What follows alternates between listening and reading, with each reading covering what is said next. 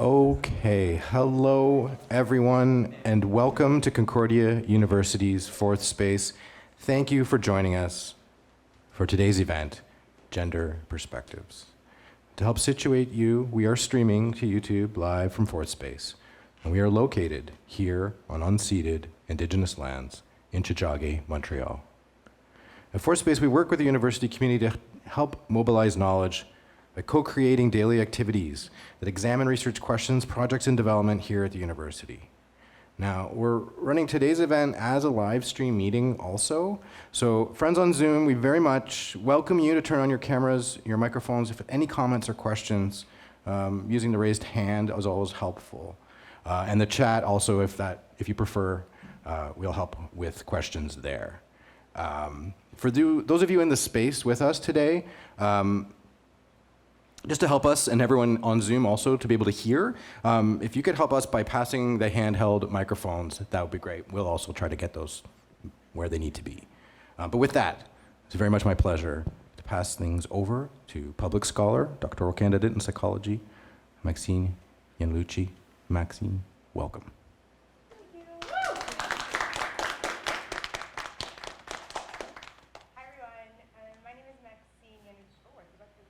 I got this. I got this. Hi, everyone. My name is Maxine Iannuccilli. Thank you so much for coming to Gender Perspectives. I'm a Ph.D. candidate in psychology here at Concordia University and public scholar. And today I'm going to be your moderator. But before we get started, I do want to just maybe help set the stage a little bit. So in the planning of this event, the idea was to kind of help find a way to foster an actual conversation about gender.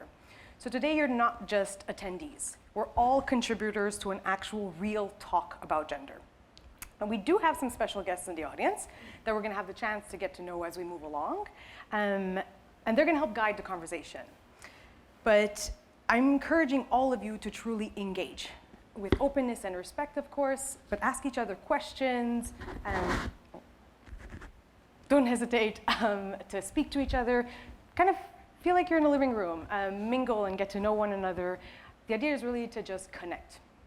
Same thing goes for the Zoom members.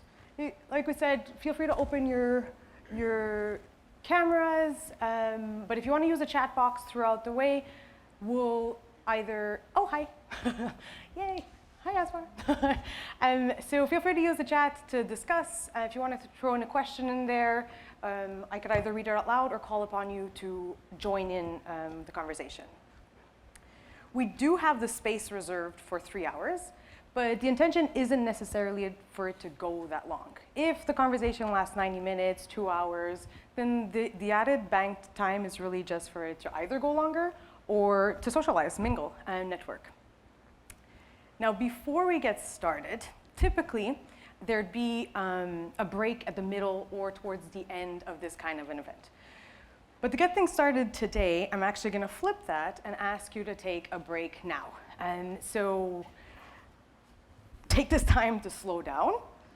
And we're going to switch it up a bit. So I know some of you might have, some of you might have had a chance already to get a coffee, but feel free to move around, get a coffee, talk to one another, talk to someone you haven't spoken to already. I know that there was a lot of mingling already up to this point, but get comfortable in the space and take that time to really just be present. I'll call you back in about 10 minutes. We'll sit back down and maybe start discussing a first question. How's that sound? Awesome. Don't.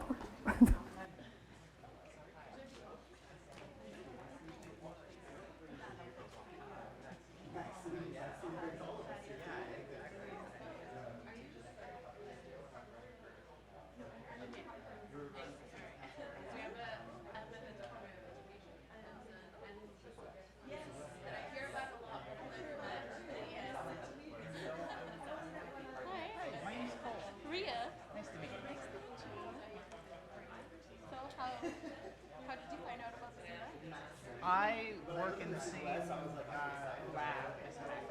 Oh, what's the lab called? So it's the Concordia Social Cognitive Development Lab. Okay. So we study the ways that children, typically like preschoolers and elementary schoolers, understand and engage with the social world around them. And so we do a lot of stuff with like helping behavior.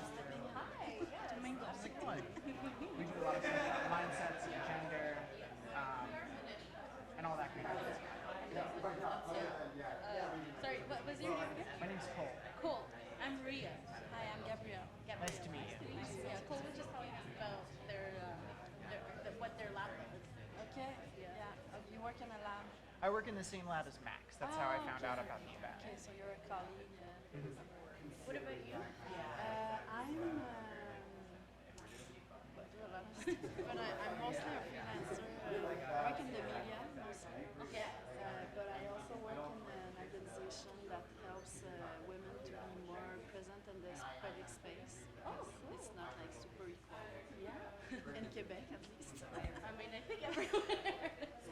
And I also run a small digital outlet. It's called Pivot. Okay. And we work a lot of on gender issues. We cover a lot of things that mainstream media don't talk about. So gender issues, like going a bit further than just mixed toilets. That's great. How did you find out about this event? Maxine invited me as part of working at Inform Opinion, which is the organization to help women be more present in the space. But also to bring the media thing, I guess, to bring it up if it fits. Yeah. Because I think it's part of it should be part of the conversation on those issues, which I feel the media are not doing always a good job as covering, using the right terms, talking about it in other ways than just crisis. I mean, it's also the perspective, right? Like, who's the media, like, who's the one who's like talking about the story, who's the one who's like investigating. How about you? So I went to Concordia. I did my bachelor's and my master's. I graduated from my master's recently, and my master's was about diversity in software engineering. Oh wow! Yeah. Interesting. Wow. That's also must be a kind of. I mean, there is none. So yeah, it's like a big issue. And Do you see things are changing? I think it's a very hard question because in terms of numbers, like, no. Because, like, in health 50 years ago, it was, the same amount of women and men. But now in health, it's like almost 50-50, and even there's more women. But in engineering, like, I think it's changed. It's really like 20% since years and years, and it's like not really improving. But yeah, it's there's a lot of work to do. Yeah, but that's why it's cool because Concordia is like the engineering faculty is called Gina Cooley School, and it's like as you might know, the first faculty in engineering. I taught journalism at Montreal for the last 2 years. Okay. Temporary contract I did, so when we have a class in journalism on gender diversity, so I think it's good. In engineering, we barely like study about that. Yeah, it's really, although like it's so necessary, especially because like I feel like when you're like designing stuff, like when you're, I mean, you study about children, you see like who's building the things, and like it makes such a difference when you're starting out to build something to have this in mind. Like, it can create bias. Okay.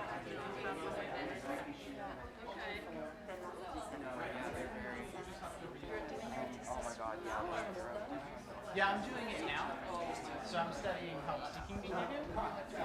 So I'm studying like how children respond in situations when they need help from somebody else.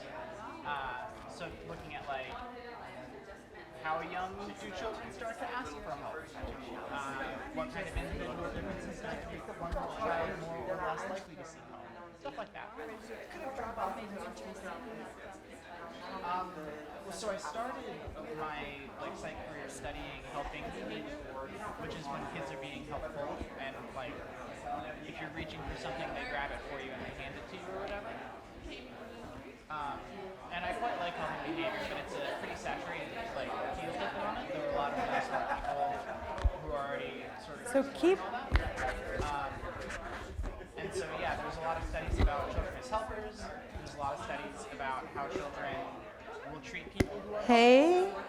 So keep wandering. I'm not calling you back just yet, but I'm just going to take a moment to throw out a first question to maybe get you to start to thinking or chatting a bit about. I'm going to just ask you to start thinking about what gender means to you.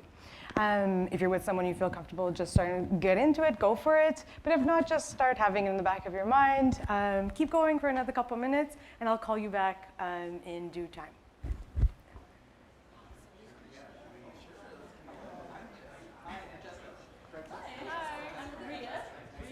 Nice to meet you, Felicia. Nice to meet you. And Martinez will be here as a birthday.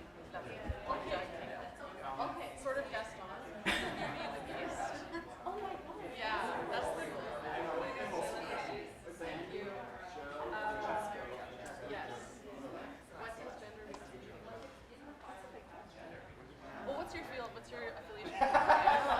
No one using that one also. And Gabrielle. Is it Sanjit or Sanjit? Sanjit, okay. Ria and? Cole. Cole, nice to meet you. That's good. So I finished my master's at Concordia. It's about diversity and self-identity. I know Maxine because I participated in the 20-minute thesis competition. Well, in software engineering, you were saying Which, like, at the time, you know, whenever Because there is a lack of diversity. and not just gender. Well, I mean, yes, I think it's hard to measure sexual diversity. But gender diversity.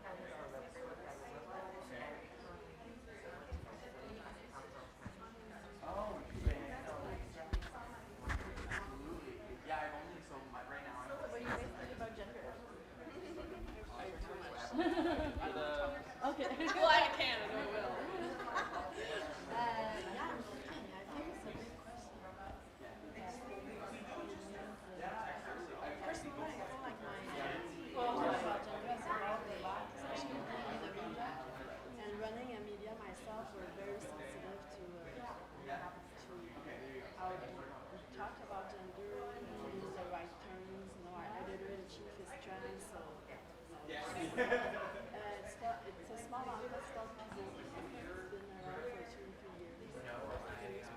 Yeah, it's digital. Papers. But I mean, for daily. So you know, we've been adapting our vocabulary, and in French, I feel it's more complicated a little bit. But really like that the French perspective too, right? Because in English and French, it's different, especially French, like, is so gendered in terms of. Yeah, and I mean, in French we had to invent a word, like, to make like a non-binary term. Right, what is the word? It's called yes.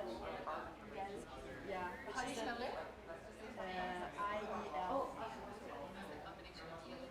Oh, okay. But I feel it's so much easier to just say they in English.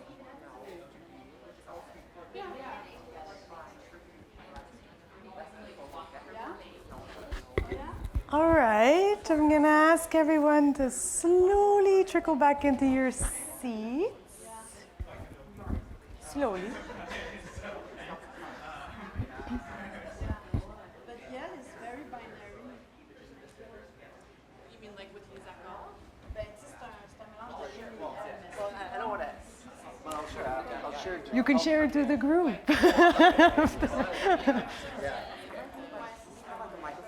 I'm going to be bringing the handheld ones to the audience ones because we don't have enough of these to go around. No worries. But I will. Feel free. I have to be mastered it because I'm in post-specific, because I'm specifically on no COVID, medically imposed no COVID period right now. Okay. So I have, like if there's like more application or something for that, that'd be really nice. All right, thanks.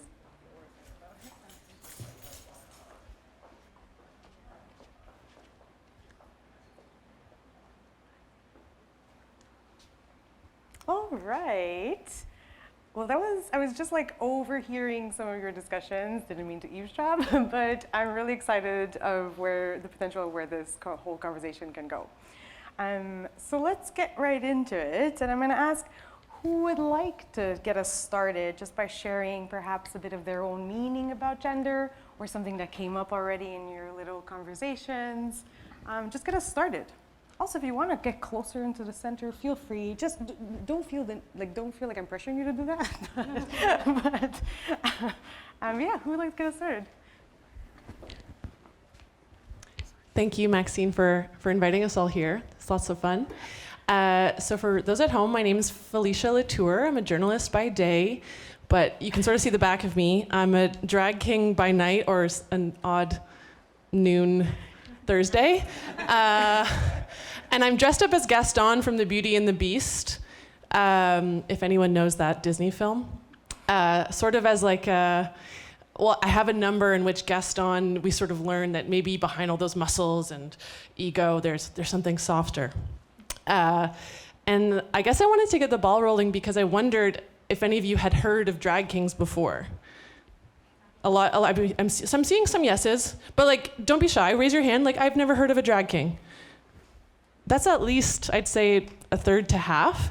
And I think it's fascinating that, as drag is becoming more and more mainstream, there's somewhat still like a patriarchy involved, and we have much more representation of usually folks assigned male at birth transforming themselves into women, but we don't have as much visibility for the other side.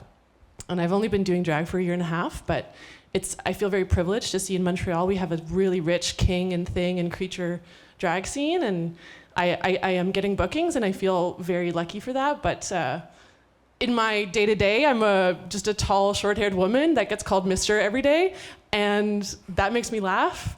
But so yeah, gender is always on my mind in some way, shape, or form, and I'm really interested in just the conversations we were having in like different fields such as tech, AI, sustainability.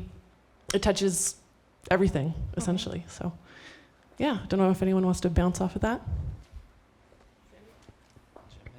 Thank you, Fabien. Thank you, Maxine, for having us all here again. I've just been itching to say this on a microphone, so gender, I barely even know her.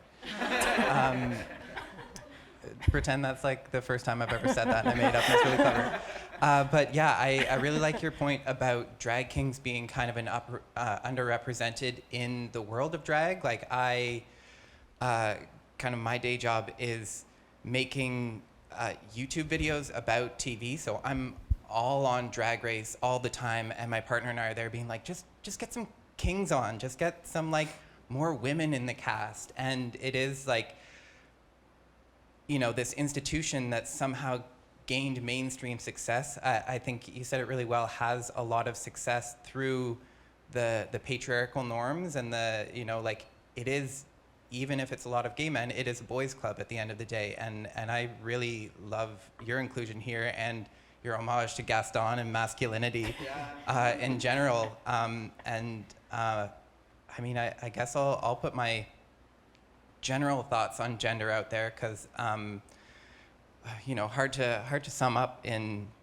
however much time we even have, but I definitely think there is like this very polar nature to gender. You know, we talk about, is it a binary, is it not? But like there definitely is a large correlation to, you know, the sex someone's assigned at birth, but also it really feels like it's the cultural dimension, which a lot of the times is very arbitrary, what we assign to women and what we assign to men, or the attributes that everyone is given, and whether or not someone ultimately kind of vibes with those more arbitrary cultural markers that they've been given, I think is a really just underexplored part of gender in general in society. So I'm gonna give it up at that point, and if anyone else wants to.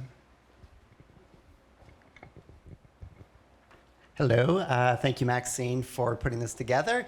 So yeah, I guess because I didn't have a chance to share with my group earlier, so I feel like I should. So my background or my interactions, I guess, with gender have been pretty much just privilege. I don't really have to deal with gender on almost any basis, and that's been the experience throughout most of my life.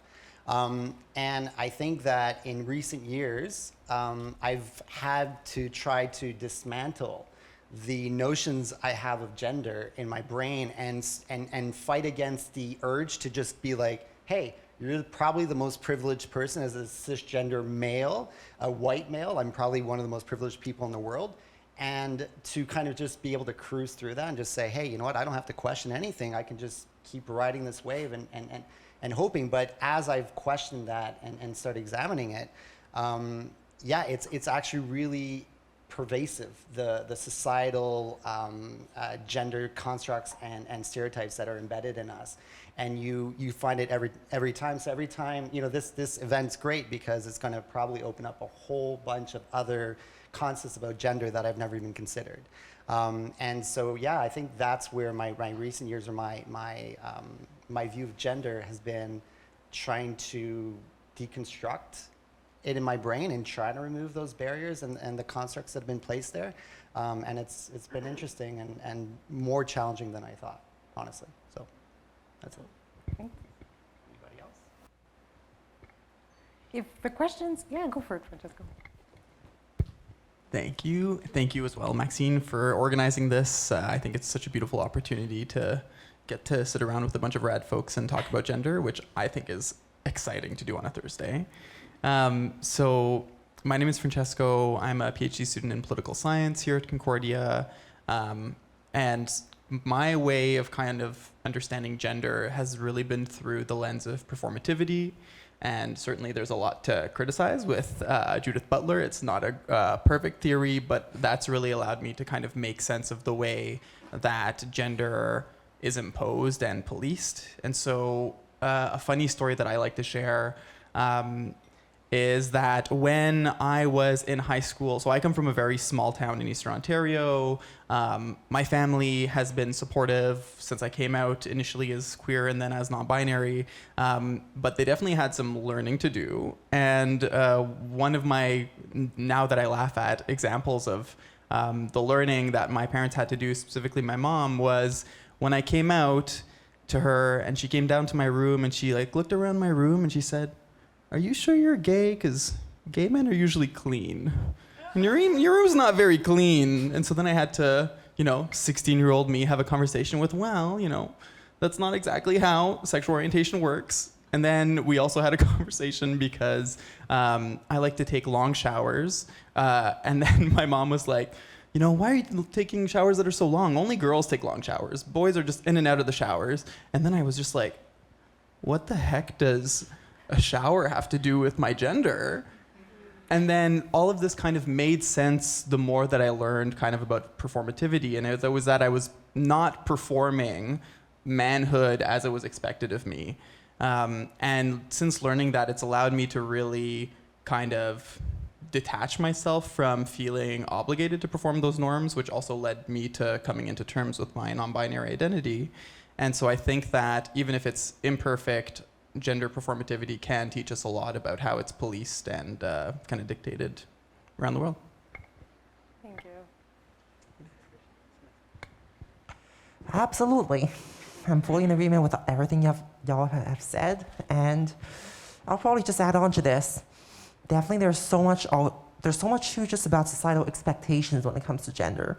How we expect, someone to behave, how we expect someone to be, and especially how the policing of gender particularly badly affects trans people. How it's used as something to specifically negate someone's identity or to otherwise put it in an even narrower box, especially when it comes to trans women in particular, but also to a lesser degree, trans men, non-binary people, and other parts of, the big queer rainbow. So there's definitely a lot of the things I see in society is people just not wanting to be in these boxes, yet being imposed into them all the time. People who want to experience gender on their own terms, they are not allowed to do so because society would just, punch them in the face or prevent them from doing so. How violence is imposed oftentimes as a way just to force people back into gender norms, or how it's used as a way to, for example, police anything that is not conforming to expectations. Just give some very blunt examples. Imagine like a 5'1" trans man or 6'5" trans woman. So that is really how oftentimes I see gender is in the consequences thereof, because sadly that's really what the trans movement right now has to face the most. It's what are the consequences of being gender non-conforming, being trans, being non-binary, and how the hell do we alleviate that? How the hell do we allow ourselves to be able to, achieve socioeconomic parity and be able to thrive in general, be able to live life free of prejudice? But on a more personal note, sometimes when you think about it, my honest answer to how do I define myself in relation to gender is, honestly, who the fuck knows? Because it is just so innately personal that sometimes it becomes impossible to describe.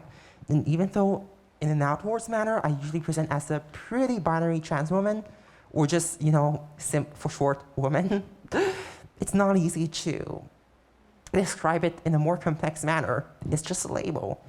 And, labels, they're pretty often imperfect and pretty often incorrect, especially when they're imposed by colonial structures.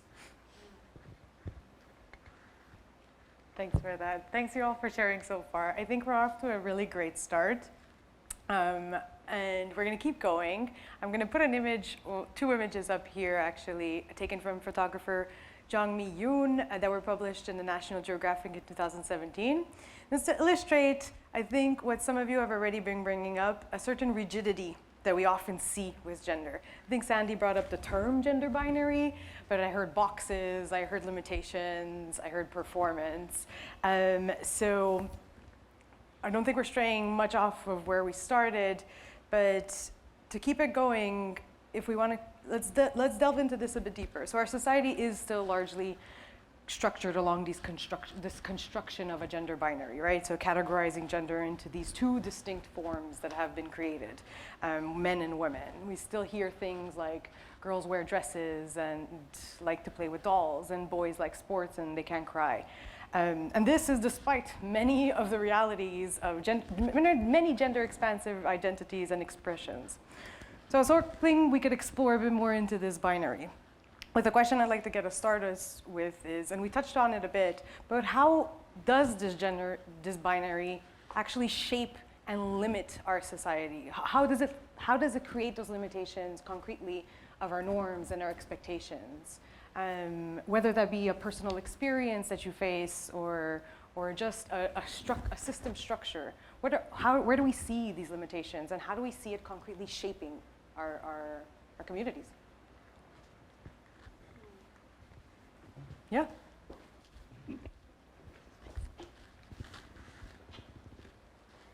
So I think it's important to remember that gender not only exists as like a component of our identity, but also as a component of like the world as it exists around us. Like things are gendered. I think about my gender in terms of like spaces and gendered spaces a lot. Like, I'm not one to be able to super well get along like on a golf course or in a locker room or in other like traditionally masculine spaces. And I think it's important to note that those spaces exist as adults too. Because with kids, you know, with the colors, it's really, really obvious what's gendered and what gender it's supposed to go with. And so I think a lot of the times when we talk about the gender binary as it exists in the world, we've got these easy to point to examples in children, but there's also tons of examples in the adult world of masculine coded spaces and feminine coded spaces. And recently, to end on like a positive note, I've noticed a lot of like non-binary spaces and trans-inclusive spaces. And those are places where there isn't pressure to perform a gender one way or another for the sake of fitting in or socially meshing, you know what I mean? And I think it's great to make more spaces like that, like this is.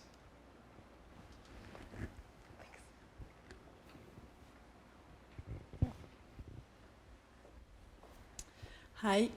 I think one of the factors that construct gender is capitalism.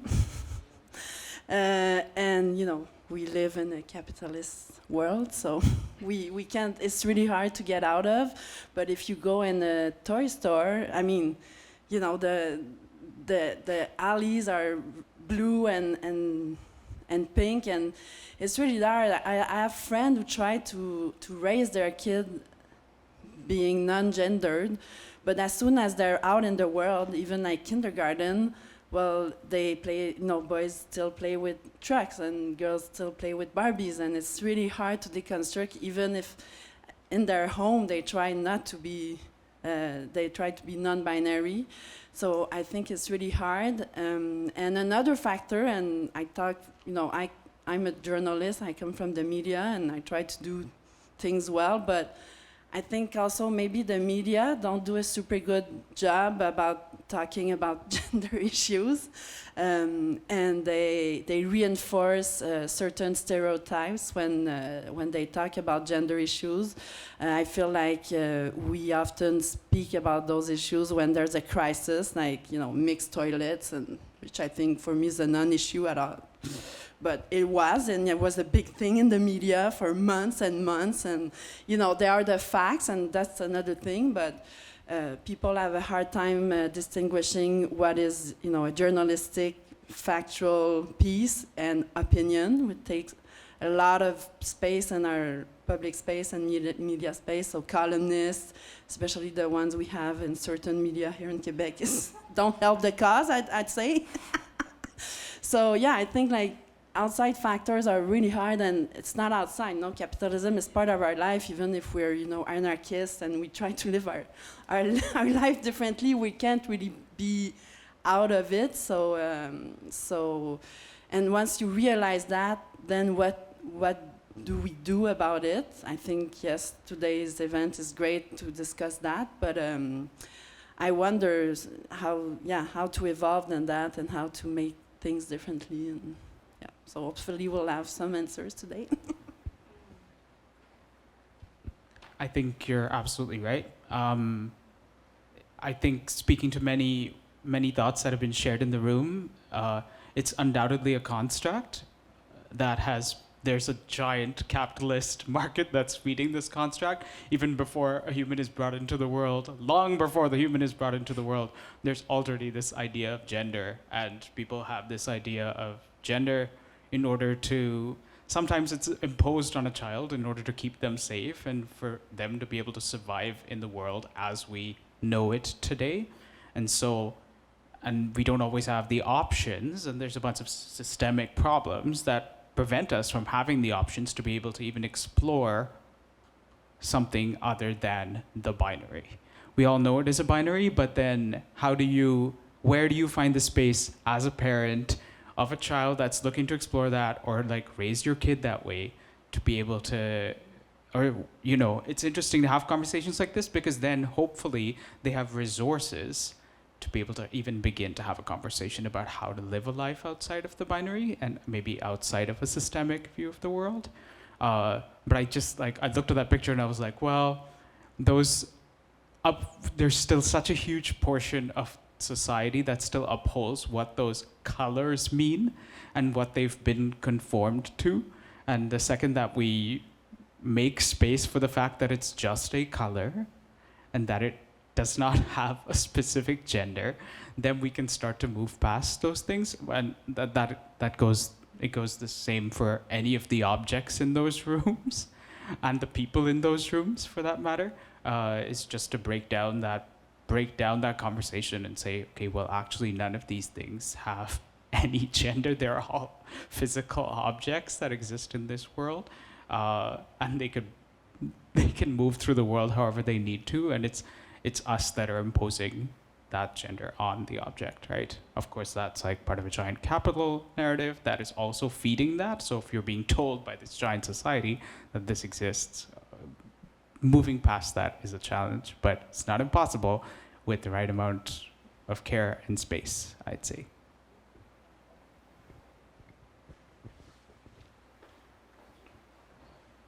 So I'm just loving this conversation because it's so open about gender. My research is on women in engineering, where the narrative is that it's a profession that's gender neutral, which is ridiculous, you know. And we ask about concrete things that, you know, how are these manifested? And technology and masculinity seem to be tied like this given in the world, and you know, engineers are expected to be natural-born tinkerers, and for a woman, can't possibly be a natural-born. There's just like this sort of like identity. It's impossible to. I'm not sure if I'm expressing that properly, but you are. It's or then another one, you know, that. So these things just manifest in these everyday policing of gender within engineering, but we don't talk about it. To be honest, I almost called my dissertation the big gaslight in engineering, that it's gender neutral. And I think that really contributes to a lot of pain and suffering, and why engineering is one of the few professions, if not the only profession, that hasn't reached gender parity.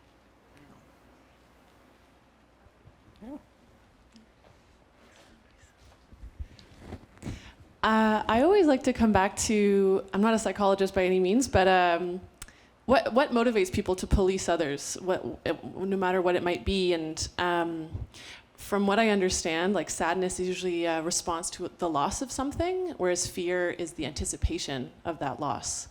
And so I think like the Andrew Tates of this world are increasingly popular in this so-called crisis of masculinity because there is a fear of, I'm going to lose my power. And I even know in my field, I see it directly, that drag queens are like, I don't want another king to get booked because I'm going to lose my bookings now. It makes total sense, and I can have a lot of empathy for that, actually. When it comes to policing other people's gender, though, I wonder where that comes from. What is the fear? And I'd love to hear your answers to that. Like, when I tell my son, why do you take such long showers? Boys don't take long showers. Or I can think of, you know, so many examples. Someone, you know, at a baby shower, oh, you got that toy for your baby girl? Really? Like, that's a girl. Is she gonna play with that? Where is that coming from? And how much is it just kind of societally constructed so that it becomes like, oh, that's the way things are, that people don't question it? And at which point are there sort of higher malicious powers like wanting us to keep, I'm sorry, I'm starting to sound like a bit of a conspiracy theorist, but I think that, like you said, Gabrielle, there are certain capitalist agendas there, political ones, media ones, and usually the way that these systems uphold themselves aren't by individuals, it's sort of a collective, subconscious effort. But yeah, I would love to, why are people afraid, do you think, of like challenging gender? So Sandy had their...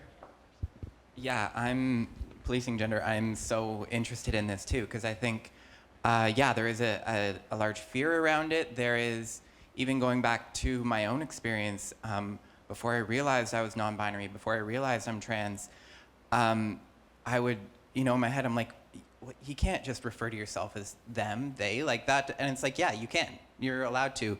And I think it's because people are given such a rigid conception of their own gender that, when they see other people liberating themselves from that, it's like, no, I wasn't allowed to do that.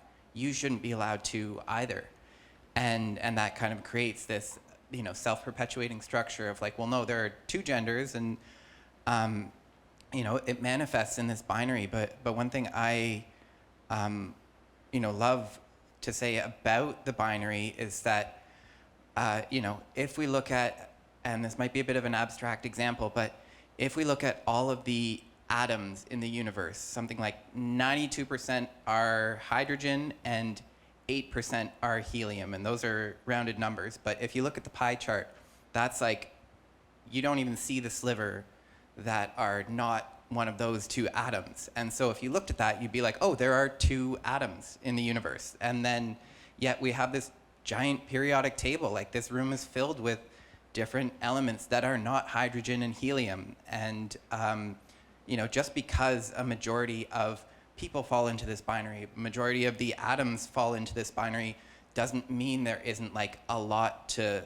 learn from all that. Like, we could be mapping this entire periodic table of gender if it wasn't so rigidly policed as like, well, no, you got to be one of these two gaseous molecules or else it doesn't work. Like, that we only have two elements on the periodic table, so take your pick. But I also like to say that especially when I'm not conforming to a gender in public, like, I'm non-binary till I need to use the washroom, and then I have to make a decision, and then I get all in my head. I'm like, okay, well, is it like, the weirdest part was when I started getting weird looks in the men's room. I'm like, well, this was the one where I always felt like that was my one, and now, love having gender-neutral washroom spaces like in here. So that's probably all I have to say on that.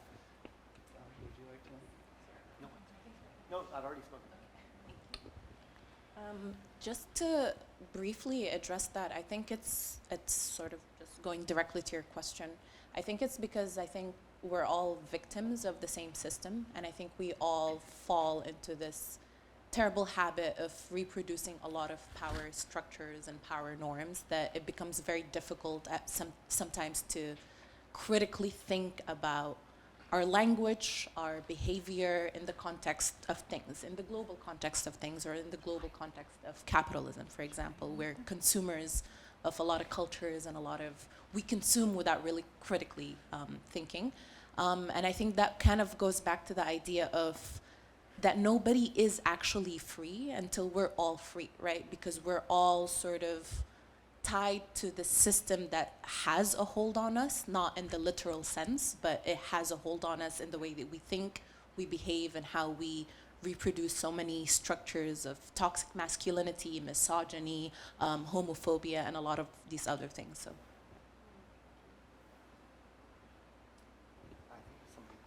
Yeah.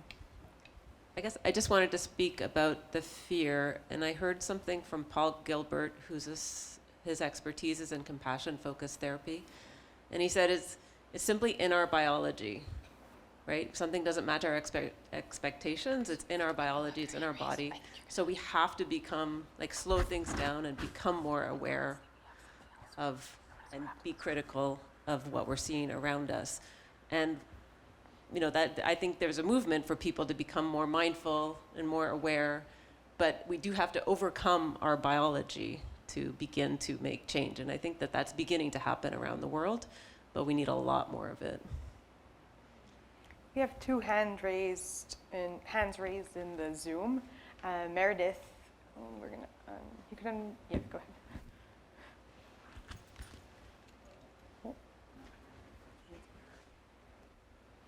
Just a second, we don't hear you. Give us 1 second.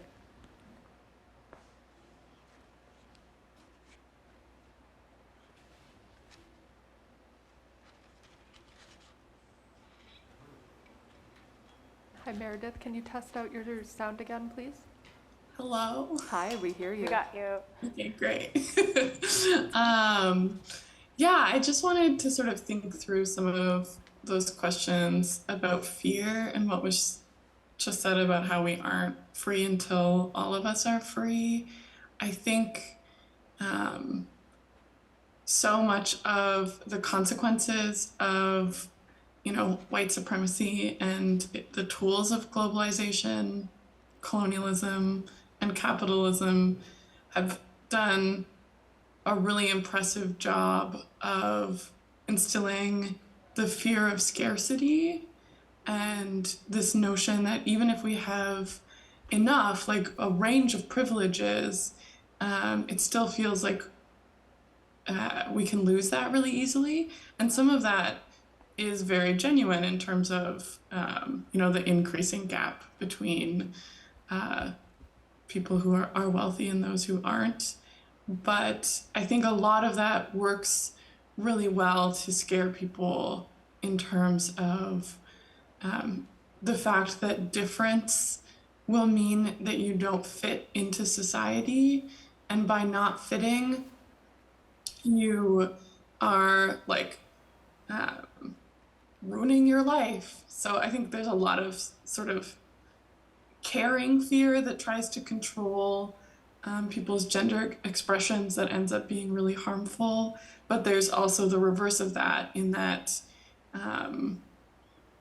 there's so much freedom and possibility in expanding what gender can be and expressing it, and articulating it beyond these sort of gender norms is a way of expressing what is possible outside of capitalism, outside of white supremacy. And I think that that's really terrifying for people who hold power in those ways. I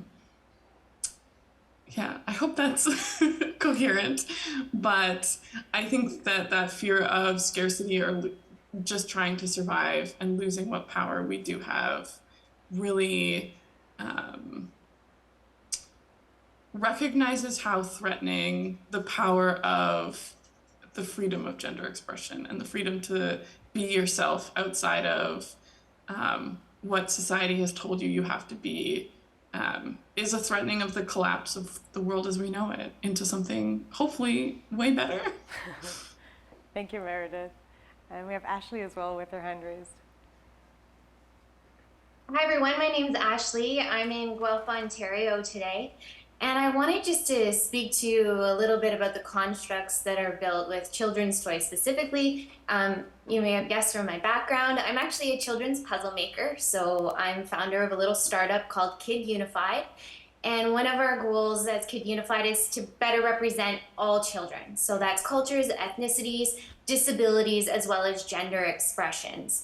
So when everyone was talking about sort of how are these, constructs so deeply ingrained and how are they created, it makes me think of, now this is not professional academic research, but just some of my own tertiary research around the toy industry.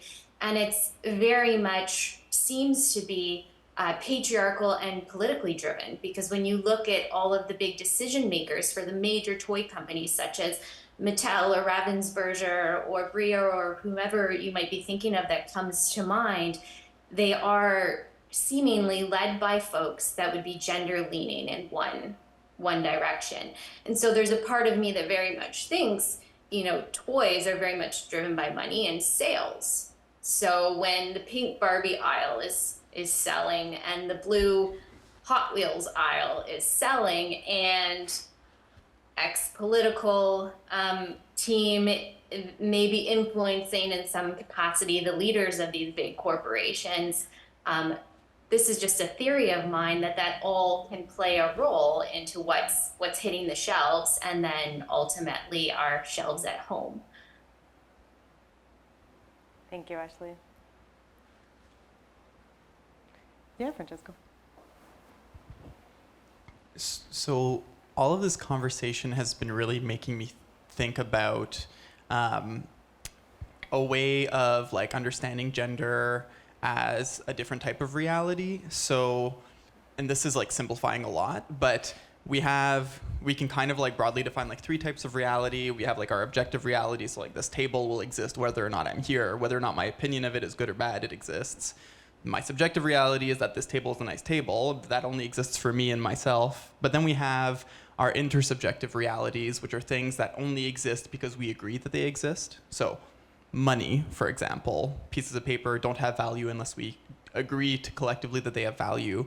Same things with like similar religion or God or gender. And in this sense, I think going to your question of like, why is it that people react so fiercely or are eager to police gender, I think that when people see that there are options outside of the traditional binary, it threatens that reality as it exists. And then if your identity is firmly rooted in that reality, it feels like a personal threat.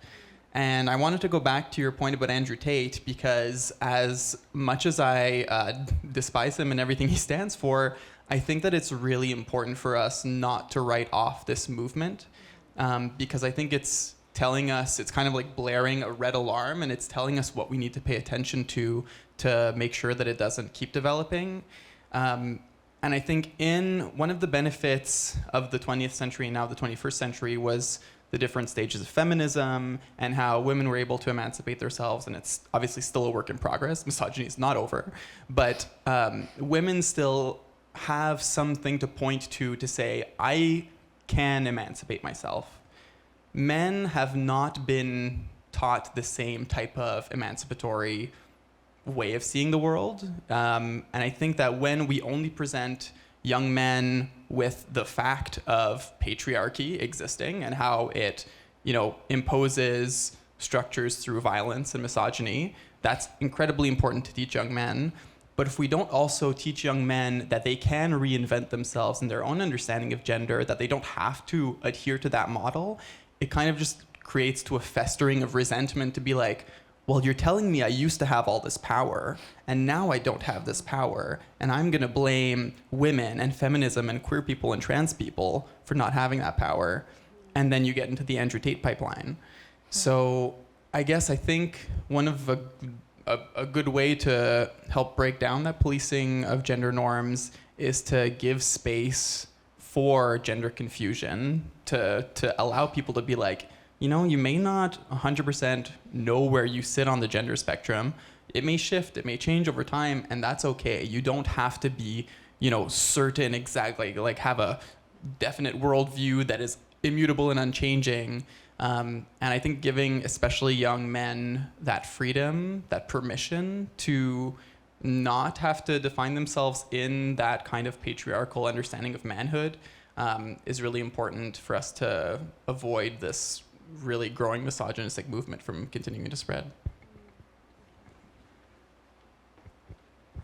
Yeah, and maybe just to add to that a little bit, I agree with everything that's being said. And I think one of the other things is there's a perception that the incentive for example, cisgender man like myself to question, it's not in my best interest, right? I have the biggest piece of the pie, and the idea and the narrative is that this is attacking that piece of the pie. But I think from my own personal experience of trying to dismantle those kind of systems in my own head, you realize that exactly kind of the point of some people saying how liberating and how freeing it is, that we actually suffer. I think men suffer immensely from the current stereotypes and constructs that are there. You see the way that men seem incapable of managing their emotions in very simple ways, and the suffering that it causes. It causes to them, but it causes to other people. So I think one of the things I think we have to change is that narrative of saying that this is about power, in the sense of the societal power that you hold, and in fact, that this is going to free you and give you massive power over yourself, because we're still prisoners and slaves to it. And I think the reason why these things continue to persist, because the people that are truly in power, they benefit, and it's a simple control method. If there's only two kinds of people, and you're this and you're that, then it's easier to control. And once people start questioning that and start getting outside those bounds, it becomes a lot harder to have this kind of homogenous society that they want, that's in their own benefit. So I think that's one of the things, is that I think men nowadays are being told that this is an attack on your power, it's an attack on this, and I think, and and to deconstruct that is a lot of work. And I think people don't realize that the incentives are actually aligned to actually question and challenge that, because in the long run that'll be a much benefit. But I don't think that that's been said enough to men. Yeah. Oh. I just want to perhaps to speak a little bit about how our conversations about gender are usually very separate from other liberation struggles. So for example, I don't think I can speak about my experiences as a woman without speaking to my experience as a Black woman, right? And I think in a lot of those circles, there is an absence of looking at other systems of oppression and marginalization as playing a bigger factor in how we define power and how we define gender. So when for example, if we speak about colonial liberation movements or post-colonial liberation movements in places like East Africa, I think that particular struggle, the gender struggle or women's struggles, were not included in the conversation, that we would have to step away and sort of take a look of how, maybe speaking specifically to the Sudanese liberation struggle, is that how do Sudanese women who contribute to that specific liberation struggle against the British Empire are impacted by this? How are their daily lives impacted by gender, by race, and by the empire, right?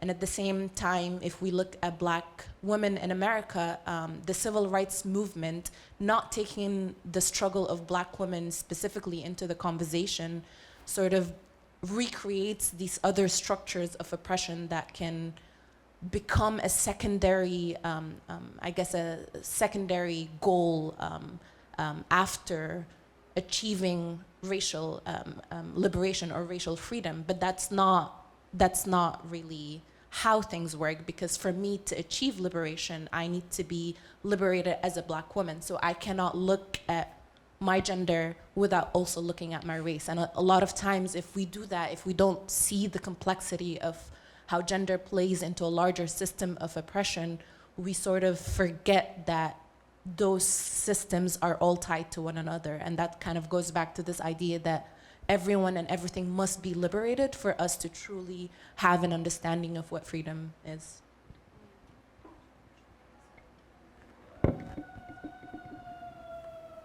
Thanks for pointing to that, Dalia. And absolutely, we can't speak of gender in isolation. And I'm wondering if we can go a bit more into that and talk about how race, sexuality, social class really does play into how you navigate the world, and plays in how it intersects with your gender or gender in general, and to influence.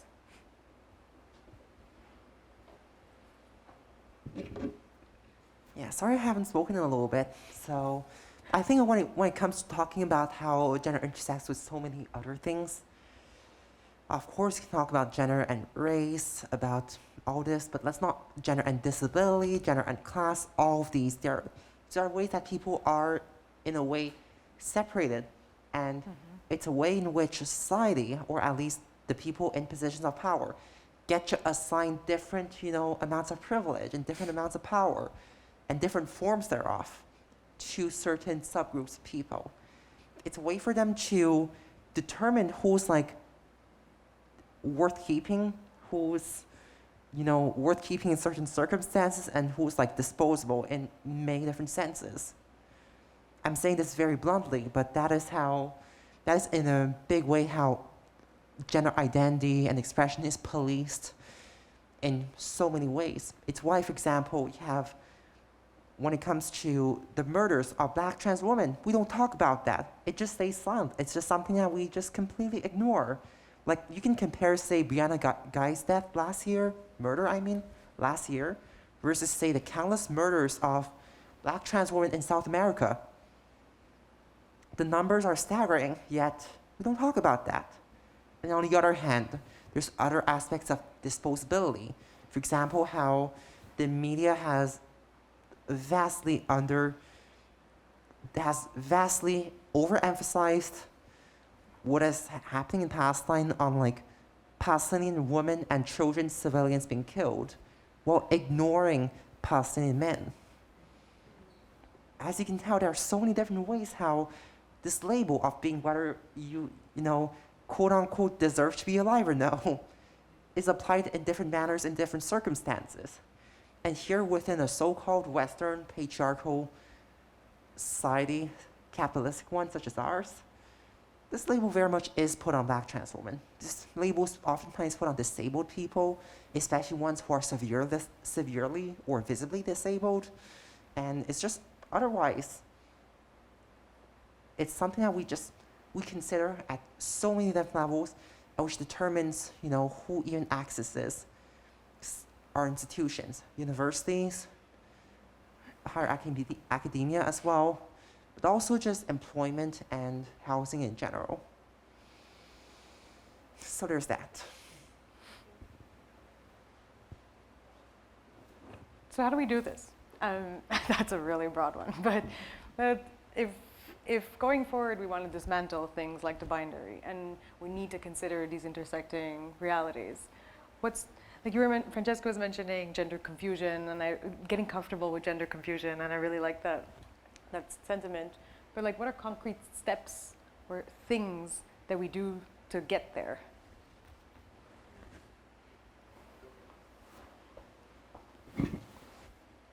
Defund the police.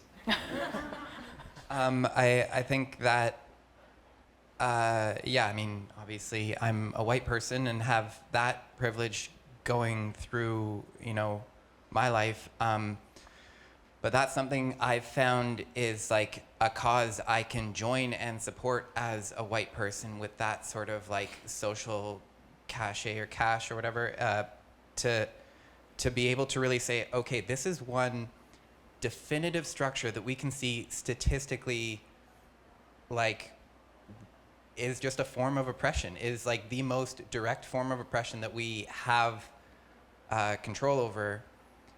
And it's like so easily, you know, weaponized against the least privileged people in society. It's so readily assimilates people with privilege. Like, it's very easy for white people to say, even like as a white trans person or queer person, to say, okay, well, you know, I've got mine.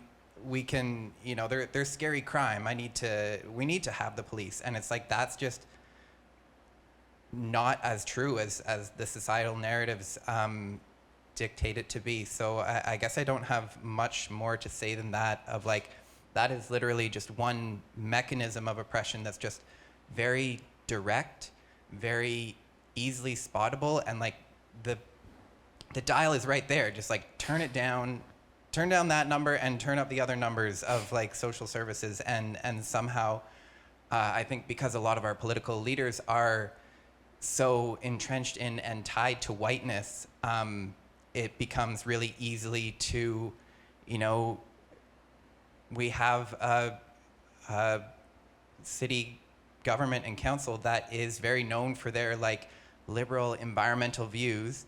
We have a woman as mayor, and yet she's still tied to this whiteness that increases the numbers of dollars given every year, pretty much by like the number that transit is kicked down every year.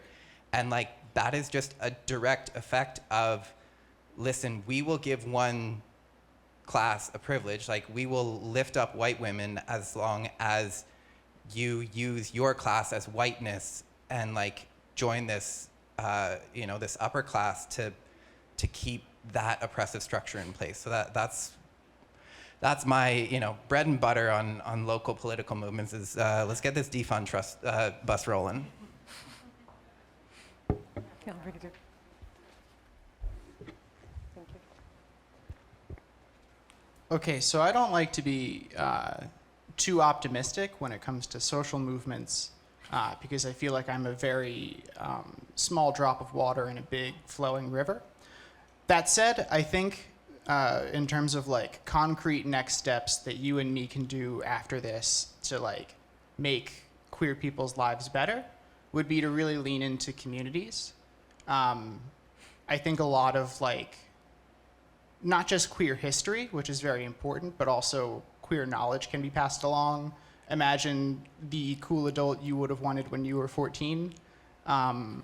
teaching people stuff like teaching young men that you shouldn't bind with an ace bandage because it's dangerous, or teaching people the proper way to engage with sex safely, things like that. Like, that was all, at least in my case, taught to me by older queer people, and that's much safer than like finding it online or something like that. And you can think like more in terms of community, in terms of money, is like GoFundMes, right? Like, how many people have successfully gotten gender affirming care with money that they raised online just through the community, as opposed to like being able to go through insurance or even having insurance at all in a lot of cases.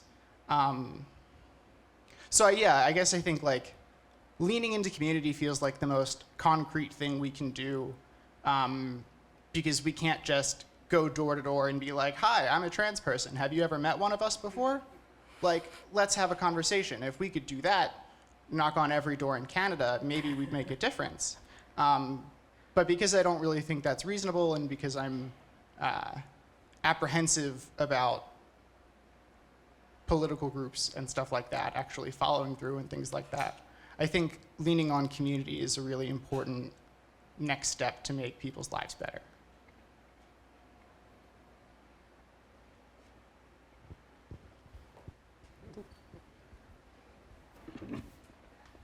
So I really love kind of the solutions that were proposed already. So we have kind of like a structural and an interpersonal one with community. And one that I would add, which is much more individual, and I'm always reticent to like suggest individual like solutions to systemic problems, but one that I do think is worth pursuing nonetheless is the value and practice of radical empathy, which is consciously empathizing with people that you do not want to. And I think this is especially important for allies, and we're all allies in whatever capacity to communities we don't belong to. Because, so for example, going back to the discussion about Palestine, which I know is very charged, but I think is very important to discuss, there's been a very concerted movement to try and cleave off queer and trans solidarity towards people in Gaza and people in Palestine, through the argument that, well, if you were in Palestine right now, they would kill you. And Israel recognizes your right to get married, as long as you get married outside the country. But I think that's an attempt to weaponize our feelings of defensiveness to say, oh, well, they wouldn't care for me, so I'm not going to care for them.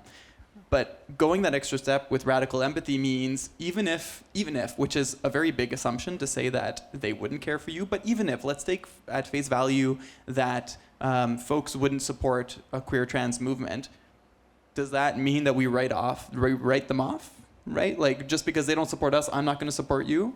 And I think that by extending that hand as an ally to a community, even in the face of people telling you that you shouldn't, sends a strong message to that community that they can count on you, and also generates solidarity in reverse. And so, yeah, I guess it's really easy to get caught up in like, that camp. I really don't like that camp. I really don't like the Andrew Tates of this world. And I don't think we have to go out of our way to accommodate the Andrew Tates of this world. I think that's actually harmful. But I think to understand where young men are coming from and empathize with their felt loss of power is the first step in bringing them into a conversation and getting them out of that cycle. So yeah, that's my thoughts on that. Thank you for that. I would add to the solutions, as bright-eyed and bushy-tailed as this might sound, I think sometimes we tend to be in our like academic echo chamber, our urban echo chamber, our like queer echo chamber, and the holidays just came and went, and I was in southwestern Ontario with my family, and I, on an individual basis, just talking to like my godmother about what a non-binary person is, was, I would like to think, a small step. Like, yes, I really appreciate what you say, that reticent to individual solutions to systemic problems, but having a bit of, to be a true ally, I think we have to have resilience, and I'm a really big proponent of kill them with kindness. When people ask you the awkward questions, or even when they're not asking questions, they're just making statements, don't be afraid to call them out at the dinner table or in a class or on the street. in a sort of wider scale, I think it's sort of amazing how futile like these gender norms are. Like your example of pink and blue, 100 years ago wasn't that. Blue was the color of girls, and red was the color of boys. And so I think sometimes we need culture or things in the mainstream to change the hearts and minds of people. And like, let's say what RuPaul's Drag Race has done to give massive visibility to this drag community and gay men and trans folks. I want to see more stories being told of all sorts of marginalized communities, and not just in like indie films that you and I are going to see, but you know, the big shows, the big networks, the Oscar-nominated films, whatever. Because some naive part of me holds on to, through storytelling, through culture, through the arts, this is where, you know, I don't want to name someone's name in case it's pejorative, but like your Tom, Dick, and Harry who might not be exposed to these ideas in their day-to-day lives will be exposed through like Netflix, and then sort of start to ask some questions. Feel free to challenge me on that, but I do think culture can be a massive vector for changing hearts and minds of people. Yeah, would anyone else like to propose a solution? Ooh, Meredith. Let's go. I just think, okay, so I didn't really introduce myself before, but I am a queer cis woman. A lot of the times that I'll describe my gender is as a hard femme. And I have an identical twin who is trans and non-binary, and we're very close. And we both, I mean, we're very lucky in terms of figuring out coming out together. And they came out as non-binary about a decade ago. And our family's response was not the best at that time. And there has been a lot of like road bumps in terms of bringing understanding or how to treat queer and trans people. However, like, we've continued to have those conversations. And I think in a lot of ways, like, cis people have to step up to like also initiate conversations about gender, because we so often sort of rely on trans community members who are far more directly impacted by people's like ignorance and harmful actions to be the ones to lead that conversation. But, you know, I guess I'll say like, I've had a lot of conversations about gender with my family, and that's sometimes really serious, and sometimes it's like watching Julie Andrews and Victor Victoria and getting them to reflect on like what that meant culturally for gender at their time.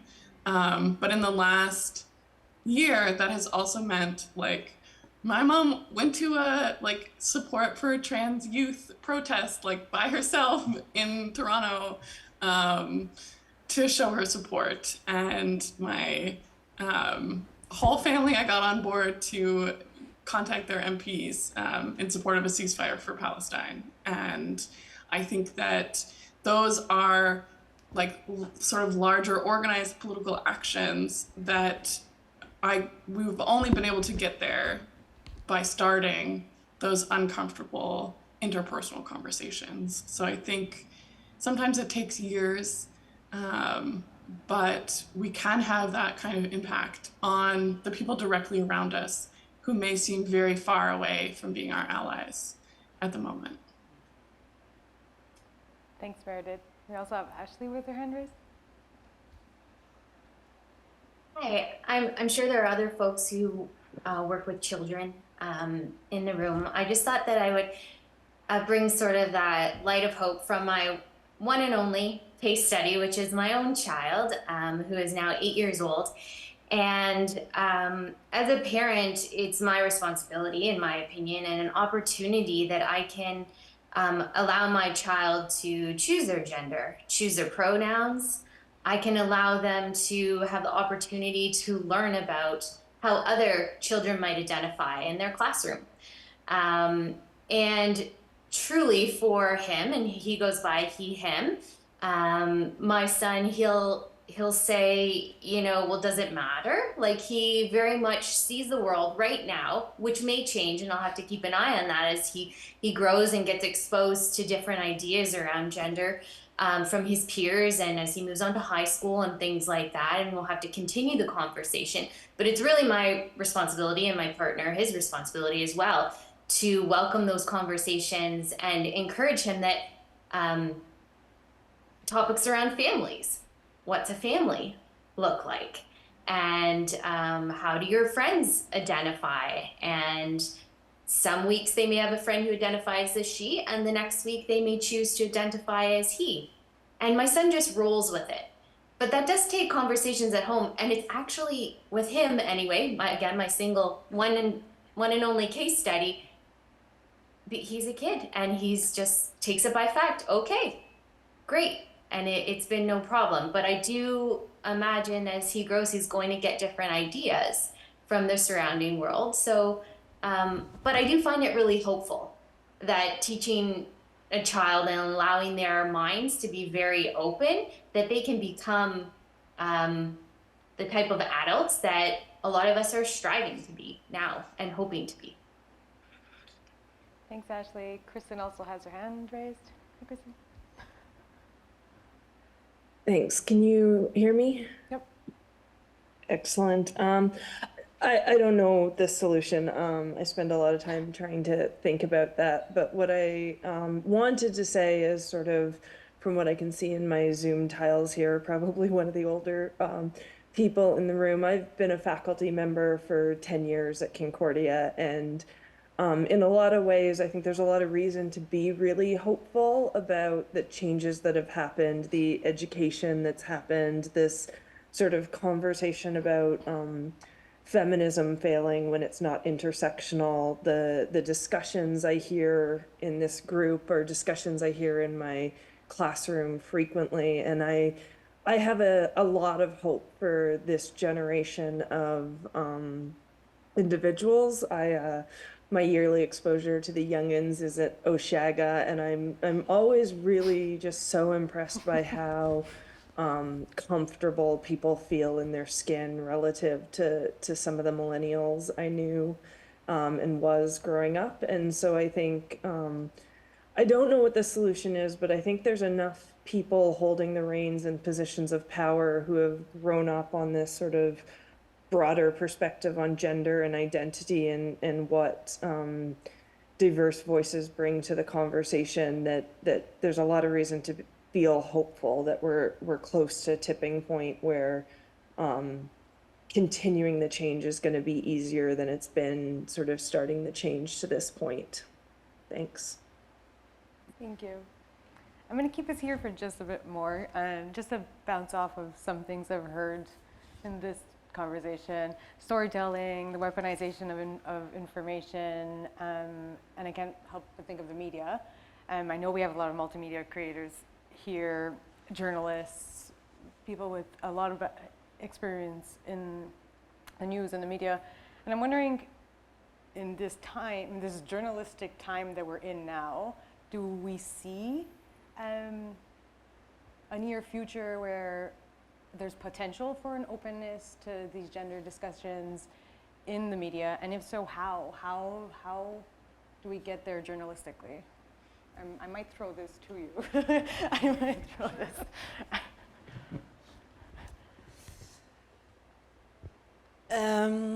It's a very good question. I mean, on a very personal note, I created media because I couldn't talk about the things I wanted to talk about in the mainstream one. But, you know, my outlet is very small. We don't have the reach of, you know, a Journal de Montréal or La Presse or the Gazette. One of my, I work also in an organization that's called Informed Opinion, which helps women to be more present in the public space. We give workshop on how to write an op-ed which is hard work, like we were talking before before it started. But it is a way maybe to get some kind of arguments out there, including gender identity. But it's hard, and we were talking about Andrew Tate, and earlier this year there is a woman at La Presse who did a big portrait of Andrew Tate to talk about his impact on young people. And in the history of Quebec media, this woman journalist has received an incredible amount of hateful messages after having writing this piece. So that thing, I think, comes back to the fear and everything we were talking about, which I think sometimes the media contributes to a little bit, especially with the columnists, Buck Côté of this world. And I don't know if you know Mathieu Buck Côté. If you don't, it's good, but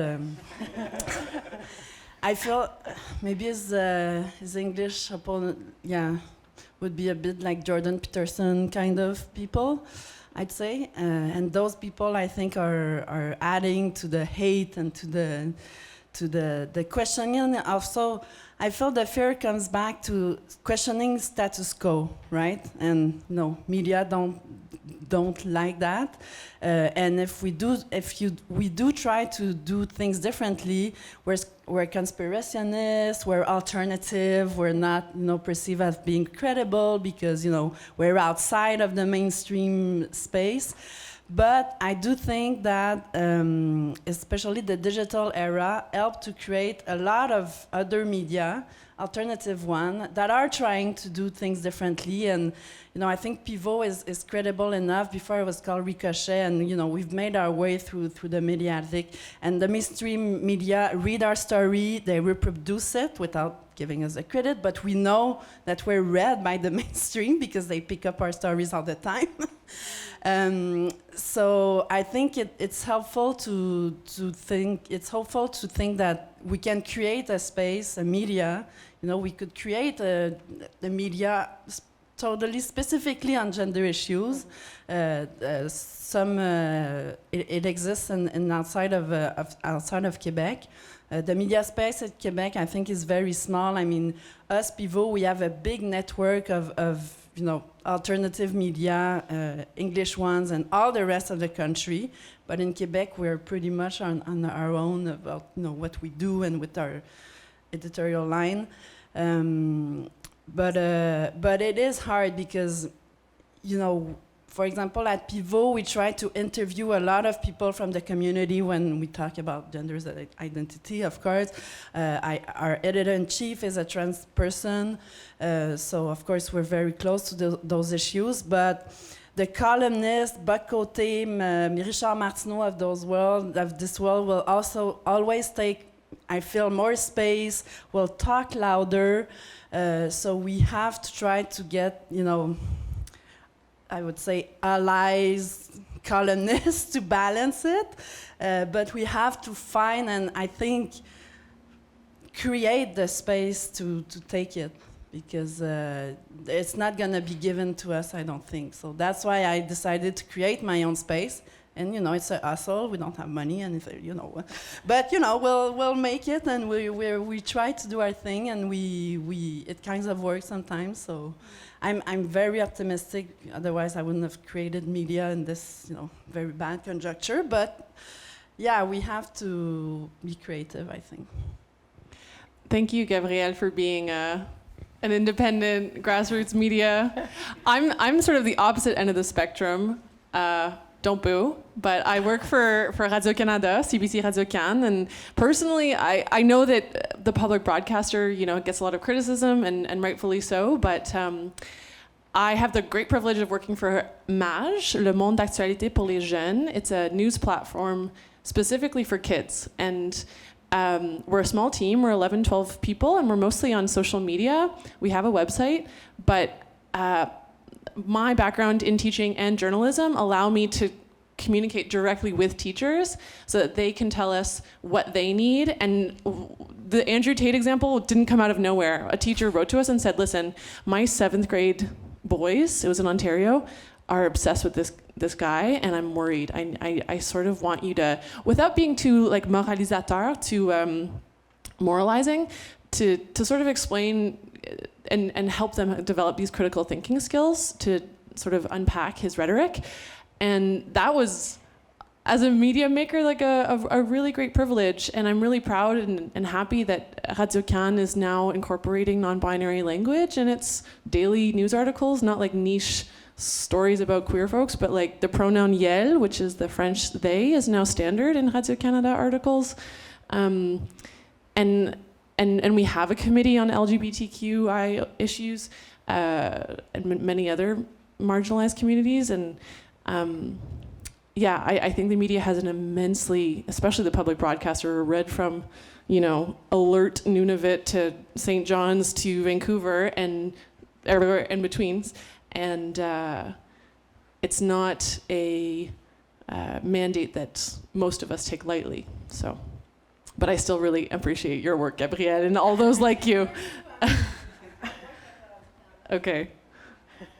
Wonderful. You want to say something? Yeah, so I wanted to just add to all of this, especially someone who gets interviewed by the media way too often and who also has written quite a few op-eds before. One of the biggest things I see media being able to do is to help facilitate critical thinking, help people, develop their own thought processes instead of just absorbing the pipeline or the process of your infamous columnists. Like, for example, in the Anglo right-wing world, Adam Zivo and Barbara Kay. We can do way better than that. Media has this incredible power that many people fail to acknowledge. And I believe this absence of space for critical thinking, especially when it comes to issues such as gender, race, disabilities, class, and all that, it prevents people from thinking really more comprehensively about what they're being told. For example, I'll just give a very blunt example. Whenever media says like anti-trans slurs prima facie, like for example, if they imagine the headline, quote unquote, protests against, in quotes, gender ideology, end the quotes, attract thousands of protesters all across Canada. Like, when you think of such a headline, and the article does not debunk what this quote unquote gender ideology means, do you think it's going to scare people? There are so many subtleties to the media's power here, which makes it difficult for your average person who might not know anything about trans people realize the intensity of anti-trans attacks, amongst other things, and the intensity of so many other phenomenons happening in day-to-day life right now. I think if there's one thing that can be done right now, is that we have, the mainstream and alternative media all have the means to help debunk different forms of hatred. They have the power to enable critical thinking and enable people to think more about, like, what is going on. If you're just gonna interview anti-trans actors and not, put their words within context, things are gonna happen. That's the thing. You're shaping hearts and minds in the wrong way. So that's where the importance of enabling that is so important. I might just add one more thing. We need to also create means that people are no longer hesitant to express themselves. It's something I see especially now, I'd say especially within two movements which are interconnected, but honestly, mainstream media loves to say it's not, the Palestinian movement and the trans rights movement. In both cases, discourse, let's say, in favor of Palestinian human rights or trans rights, in both cases are actively attacked and censored. And oftentimes, news outlets don't do things in order to protect people. They don't do things to make sure no one ends up getting attacked, fired, harassed because of what they do. Like the countless cases where people speaking up in favor of Palestinian human rights have been fired from their jobs. I'll give a very simple example. Ontario's Attorney General screening job candidates, screening the candidate future, articling student for, to become a literal lawyer, candidates to make sure they've never spoken up in favor of Palestine. Or when it comes to trans stuff, receiving easily receiving thousands of attacks just because some nefarious actors on Twitter ends up sharing it, and from one day to another, suddenly the op-ed you wrote just for the Toronto Star ends up blowing up on quote-unquote gays against groomers. There's not enough protections for people who need it the most. And there's one thing that media can do also, especially ones who have financial privilege, who have means like this, is to protect the people who are willing to speak up, because it already takes courage, and it shouldn't take even more. So I think what I'll have to say is directly tied to what you're talking about, is about people don't necessarily have the critical skills to actually question what is said in the media. Language in media, and particularly from what I noticed here in North America, is that it's very coded and it's very biased. And thank you for bringing up both the trans causes and the Palestinian cause, because again, all struggles are interconnected. And language here, there's a very specific way in how titles are phrased and how articles are written, and it serves to bring out the opinion of a specific group of people always, even if they say or claim that such media outlet is neutral. I don't think neutrality is the basis for any communication with people in the media here. And I do think that sort of the power lies in what we can do in our direct communities, and I think that's what you were referring to earlier.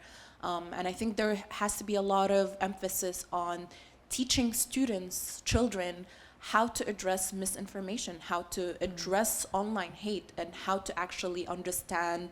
I want them to be exposed to this way of writing and to those media outlets, because they need to understand what's happening out there, right? But in a sense that we don't want people to just blindly consume the information that they receive. They should rely on alternative media outlets and alternative spaces for knowledge production as well. We're putting way too much emphasis that the media, the universities, and all these institutions are the holders of knowledge, right? And that's the problem with it, is that kids consume without actually critically thinking about what they're consuming, whether it's problematic or whether it's not. So there has to be some sort of emphasis on training people how to read this media information, or the information they're generally exposed to online, right? Digital media in general. Yeah, just maybe like a quick thought on that. Even something as simple as gender toys. Critical thinking skills need to be developed from an early age, because otherwise, these things are just going to be engraved within you for a long time. And when a parent teaches their kid about, for example, these toys are gendered, but they don't have to be, that already is a first step. Yeah, just to circle back to what you were saying, I'm a big advocate of media literacy. I think it's essential. I think it should start even, like from the youngest age possible. I was teaching journalism for 3 years at Concordia, and I agree with Kristen. I think, the new generation is a bit, it's hopeful, and it isn't. I had questioned myself on my journalistic practices. I don't believe in neutrality at all. I don't think it even the public broadcaster isn't neutral. But I had my student question me about because on the neutrality thing, it's always in the piece. So on another cause, for example, climate change, it's unbelievable that some media still feel the need to interview we're not there. There's a global consensus. It exists. Like, stop doing this. Stop, and stop interviewing people that add to the hate, just for a balance. It's so, anyway, sorry, I'm not kidding. I don't agree with that, and I think we have to change our practice. And there are ways to do, factual journalism without being super equal between two people that we shouldn't give voices to, because yeah, exactly. And so I totally agree on that. And I give also lectures to high schoolers on fake news. It's called 30 Seconds Before Sharing, and it says it all, take 30 seconds to share any news. And high school always ask me regularly, what is the difference between a journalist and an influencer? And, this really shocks me in a way, but having hearing it a lot of time, I do feel I understand more why they say that, and that thing, it's really strengthened my feeling of doing media literacy to explain it. But I think helping young kids to build their critical mind is essential, especially on those issues. And I feel the more they'll be critical, the more they'll be able to be more mindful about what they see in the media and even participate into them if they want to at one point. It does take some courage and everything, but yeah, media literacy I think is very important. Thanks. I really like this training of debunking hatred line, essentially. And media is definitely one of the main sources of leading to these beliefs about gender. And if we flip it, maybe, and take a little right turn on the conversation and think of its consequences, but more on something that we didn't necessarily touch on much today, but representation, and how that affects just your experience. I think, and Louise, you had mentioned the experience in engineering, and engineering is one example of a field that you hear a lot of these lived experiences, but you also have AI, and I was really hoping that we kind of get in, those are just two, but there's way more. But I was really hoping we kind of get into that a bit. Specifically, I feel like it's easy to say that women and gender non-conforming or gender diverse people, need to become an integral part of XYZ field. I feel like some people might overlook why. For some, it makes complete sense, but I was hoping someone could speak to this why. Why is it so important to have representation in fields engineering, in fields like AI, in future innovative systems, in journalism, in literally everything? Anyone? Yeah. Both of you, go.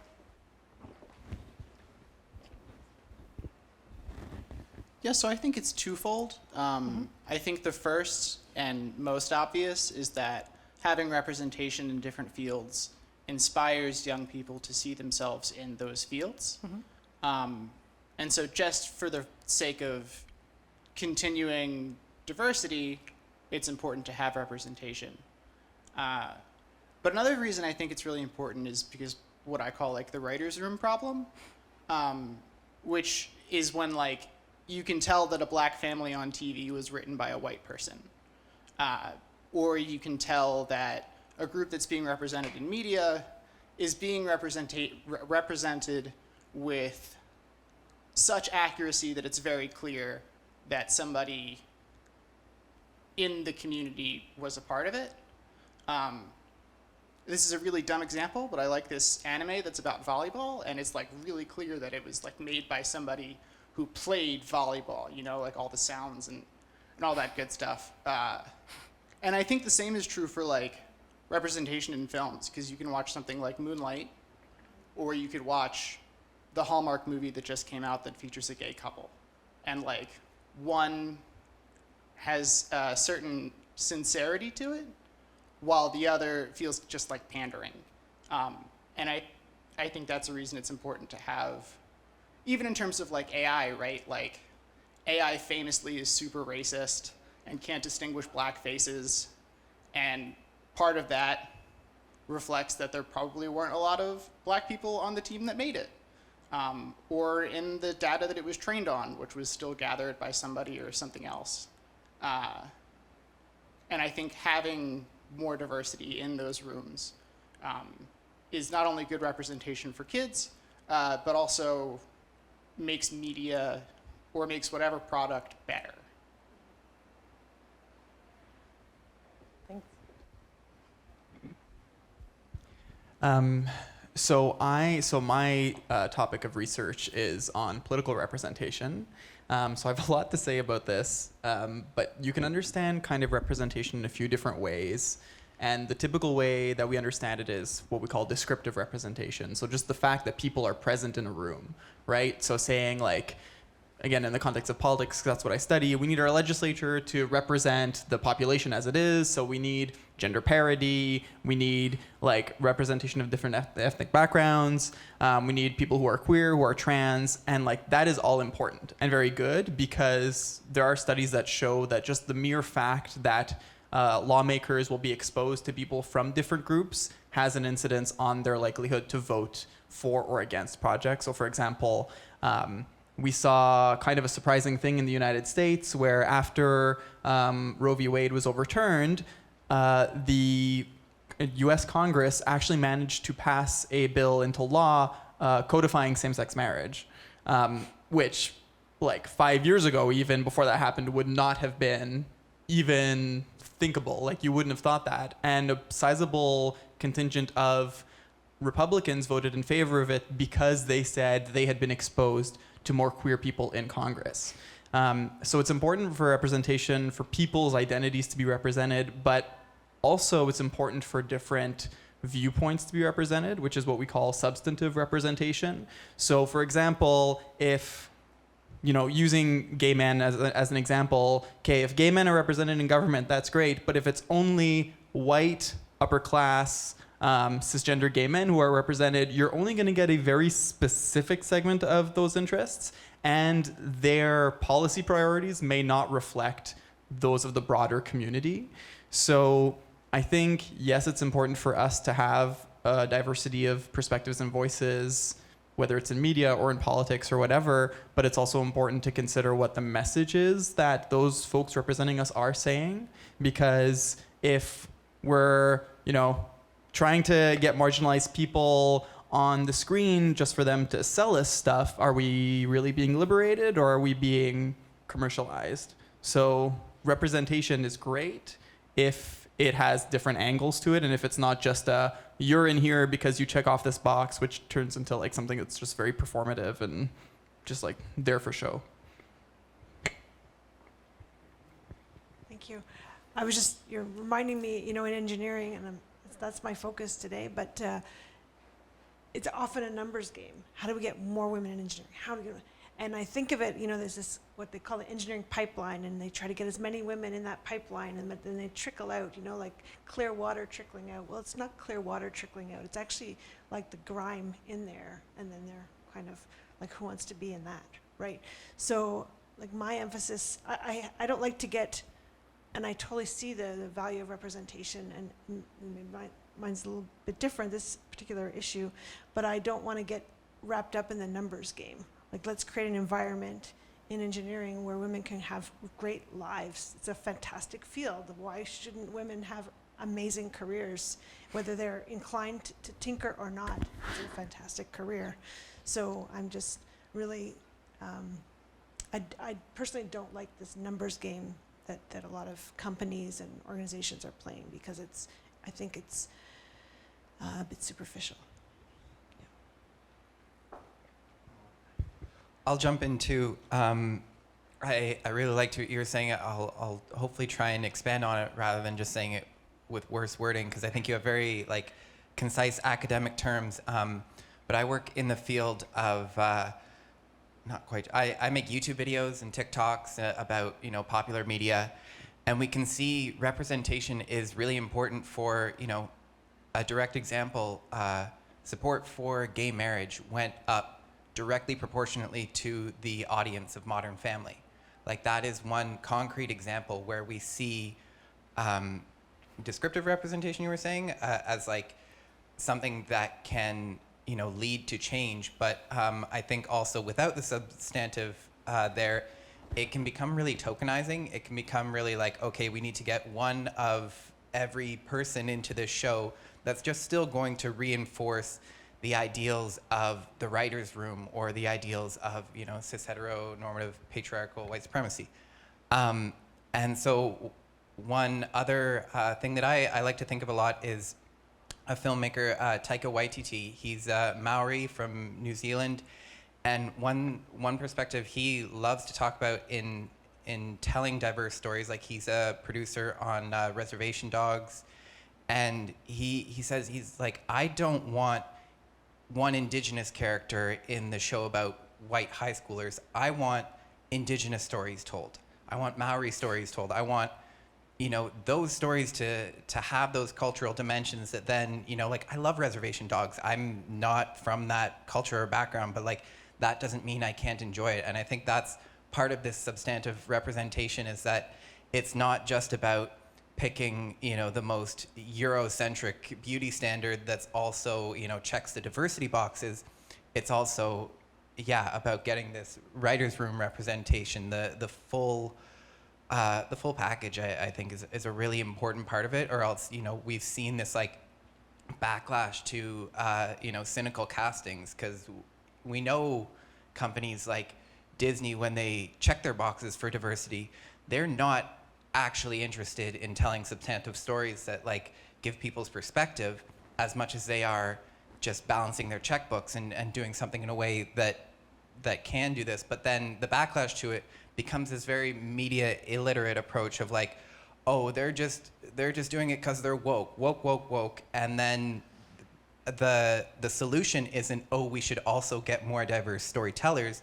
The solution just always becomes, no, just get rid of all the people of color, just get rid of all the stories about women or gay people, and just make it stories about whiteness, because that's the default, and that's what you guys are kind of like just playing to anyway. So it's, calling out these bigger storytellers who, and I mean, this doesn't just apply to media, but who want to have their cake and eat it too, who want to put diverse perspectives front and center, and then immediately, if someone comes from a marginalized culture that's been a victim of colonialism, and then, show them on their brochure and then immediately fire them when they post about Palestine or something like that. Like, these are also kind of the secondary or backup or like all holistic approach that I think is really important in like getting representation right.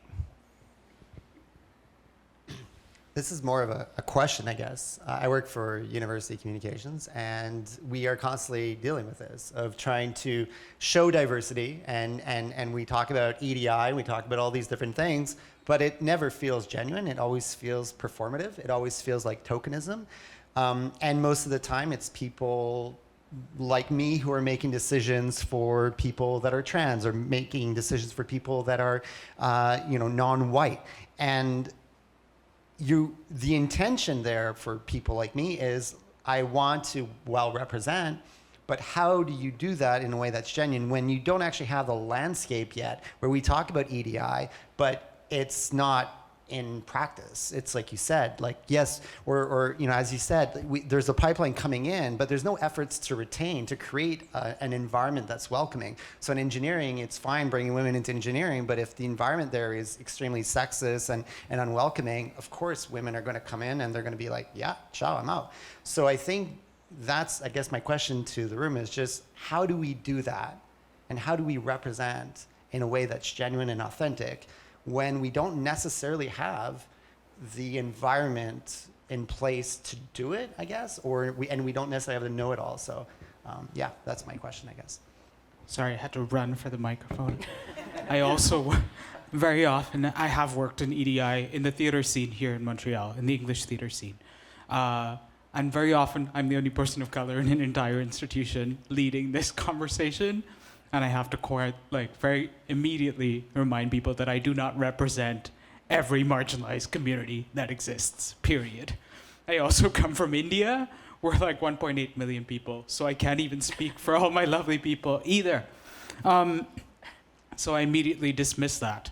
I think I'm a firm believer of creating a safe space first for it to happen, and systemically changing the way that we actually are doing things and operating within an institution before we even think of letting in any kind of representation. Because if the system that you're working in is still the same old system, and you just are inserting people of color, for example, or queer people into an organization, you're actually creating a very harmful system for these people to exist in, right? And so I've had to work with organizations here in order to be able to change the way that they create safe spaces in theaters here before they could even think about hiring that first person of color. We had to talk about language use. We had to talk about the stories that were being told within the spaces.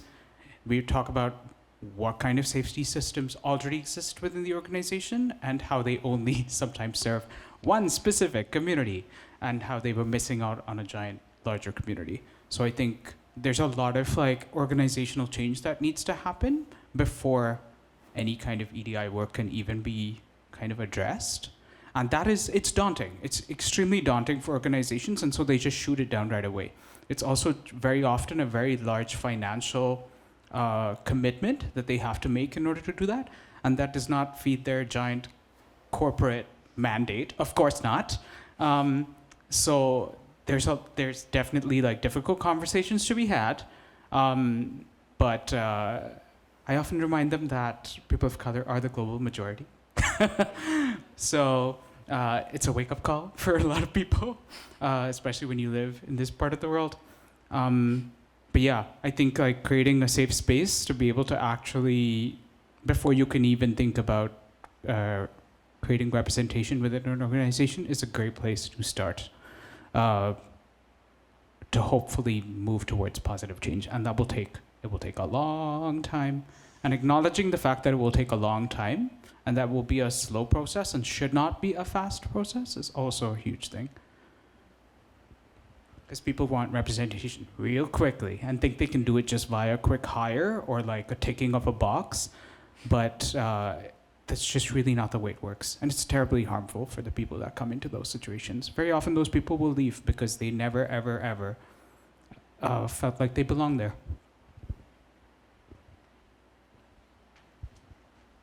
I just also wanted to add that I think as institutions, we have this over self-confidence that we have all the solutions, while people are talking about what they want and how they want to be represented, but we just kind of need to seek these communities. We actually have to make an active effort to ask what people on campus think of representation. How do Black folk, for example, or Black women want to be portrayed in university communications? Because a lot of the times there's this emotional burden on tokenized individuals to represent an entire society and an entire community, right? But they usually have the answer of, or at least there's feelings that kind of speak to how this individual wants to be represented or how they want to be portrayed, whether they want to be part of that bigger rhetoric or not. These are all sort of things that I think we need to seek from those specific communities, whether on campus or out of campus. I just do think that a lot of the times on universities, campuses, and spaces and educational spaces, a lot of stuff is created in silos where the conversations are being had amongst different groups, different organizations, different people, but we're not really coming up with concrete solutions because we don't necessarily have the answer in that specific silo. Thank you. And to echo that to someone in the chat, it's better to take, like on the acting part, it's better to just take that risk, especially if you're in a position of privilege within your institution. Just to echo what you're saying, and I think we also have a hand raised in our virtual audience. Kristen? This sort of conversation on representation really resonated with me, and actually I'm thinking a lot about something you taught me, Maxine, on this like critical importance of belonging, and this idea that recruitment only goes so far if the system isn't focused on retention and making sure once people are in the system, we're listening to them, we're having those conversations, we're making sure we're supporting them. And I think in a lot of ways, this sort of writer's room problem really sticks out like a sore thumb, because when you take an individual and turn them into this like two-dimensional caricature, sort of the living stereotype put up there to sort of give a visual representation of a group that you haven't put the effort into hearing and learning from, it can be almost more alienating than not having that at all because you haven't turned them into a real person who sort of resonates with others and gives that feeling that they would belong in the system too, because someone took the effort to have that conversation in here. So that was my 2 cents.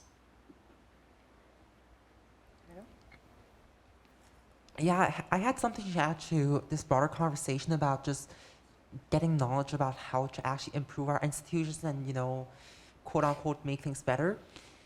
The first thing really has to be to value people's lived experiences. Value who they are, value what they know, value stop like underestimating the trauma that oftentimes people have to go through because of non-adapted institutions and places where they just will simply not be able to thrive. Value that knowledge. Don't throw it out and don't act as if it was something that was, especially within our capitalistic context, not worth paying for. To not undervalue that and also especially listen to them and reach out to them proactively. Don't be ashamed about it. Even the biggest corporations, even the ones with the worst, you know, the worst human rights track records, could still, you know, reach out and ask, say, how can I do better? Asking, and especially subsequently, listening and moving forward with that. Taking action. It's something that pretty much anyone can do. It pretty much is, you know, it is the foundational approach to making sure that you no longer have a harmful system. And this should really be at the beginning, anytime really. Say, if you are like a more mainstream media outlet, a good way could be just to reach out to people who are directly affected within communities, see what is going on, and go from there. It doesn't have to be by depending on already overworked and burnt out people from marginalized communities who probably don't want to get re-traumatized because of, you know, everything that they've gone through. I'll give a very concrete example. For example, using trans rights policy in Quebec. Most of the trans rights advances in the last, in fact, 10 years, no, actually now 11 in Quebec, have all occurred after government officials proactively reached out to organizations working with trans people and, in even better cases, trans people themselves. They reached out proactively in order to suggest changes, or actually even listened to people who are concerned by these. Unfortunately, in many cases, it took a lot of protests and a lot of civic action in order for them to, you know, get to listen. But still, that was the first step to making sure they're doing good things. And notice one common denominator between basically every form of anti-trans legislation in the road. They don't listen. They listen instead to the ruling class which wants to maintain its status quo. And that's where you have quote-unquote total bullshit scenarios, such as the complete sash, which basically no one in the community asked for. It happened after there was just too much hate for Quebec's premier to handle him using his own ego. So, yeah. I don't know a single field, really, a single domain, whether it be the law, which I'm in, or it be engineering, EDI, just business in general, theater road, journalism, etc., where not listening has brought us anywhere. I agree with what you just said and with everything that was said. I think representation in the media is a hard topic, especially in French one. I feel like in English one it's a little better well put, but... Not the National Post. Yeah, no, but I know that and it's really weird because a decade ago I had like friends, like people, journalists, like people of color who would propose stories to outlets and they were like, oh no, well, you know, you're too close to the community, so you can't make the story. But nowadays it's the contrary, and this is also a problem. A few years back I had an indigenous student. They were hired, they had a proposal of working at Radio-Canada to cover indigenous issues of, you know, all indigenous communities, and the student was saying, well, you know, I'm from one community, and also like I don't want to cover only indigenous. I want to be like a normal journalist who covers like a whole bunch of issues like white journalists do, you know, and so they were really struggling on to accept or not, because they were hired on that premises, but that's not exactly what they wanted to do. But they were like, if I don't accept, well, I have a job anyway, so what, you know, what should I do? And I feel like we have this questioning in the media for sure, because it is a good thing to have someone who's close to the community, because they have, you know, a very precious knowledge, contacts and everything. But if we want to, I don't know, normalize representation, it's not a good term, but it has to become something that's, you know, part of a group and part of a system, and not just a silo of like this person is only covering this thing. And if we want equal representation, I think it has to be part of a larger conversation than just, you know, we're hiring this person to speak specifically on that issue. I don't know. I'm thinking out loud, but it's still a struggle in the media, I guess. Okay, thanks everyone. This is, oh yes, there's someone in, thank you, Sandy. There's someone in our virtual hand raised. Go ahead, Ashley. I'm just fascinated by the conversation. Wish I was actually in person with everyone today to meet everyone. I was just thinking back to the original question that you proposed, topic question, Maxine, and I'm an entrepreneur. I certainly don't have the perfect solution to any of the many conversations we've been talking about. But I wanted to share something that I tried that has really made an impact on the end result, which in this case is children's puzzles, which was creating a community review committee. So as an entrepreneur, I'm the only person who works for Kid Unified, and really it's a startup. So if you know anything about business, a startup is a pre-revenue venture that someone takes on, puts their 24/7 whole heart into. And so having a community review committee is so important, especially as a cisgender white woman, to have those different perspectives. And I've seen such a meaningful impact.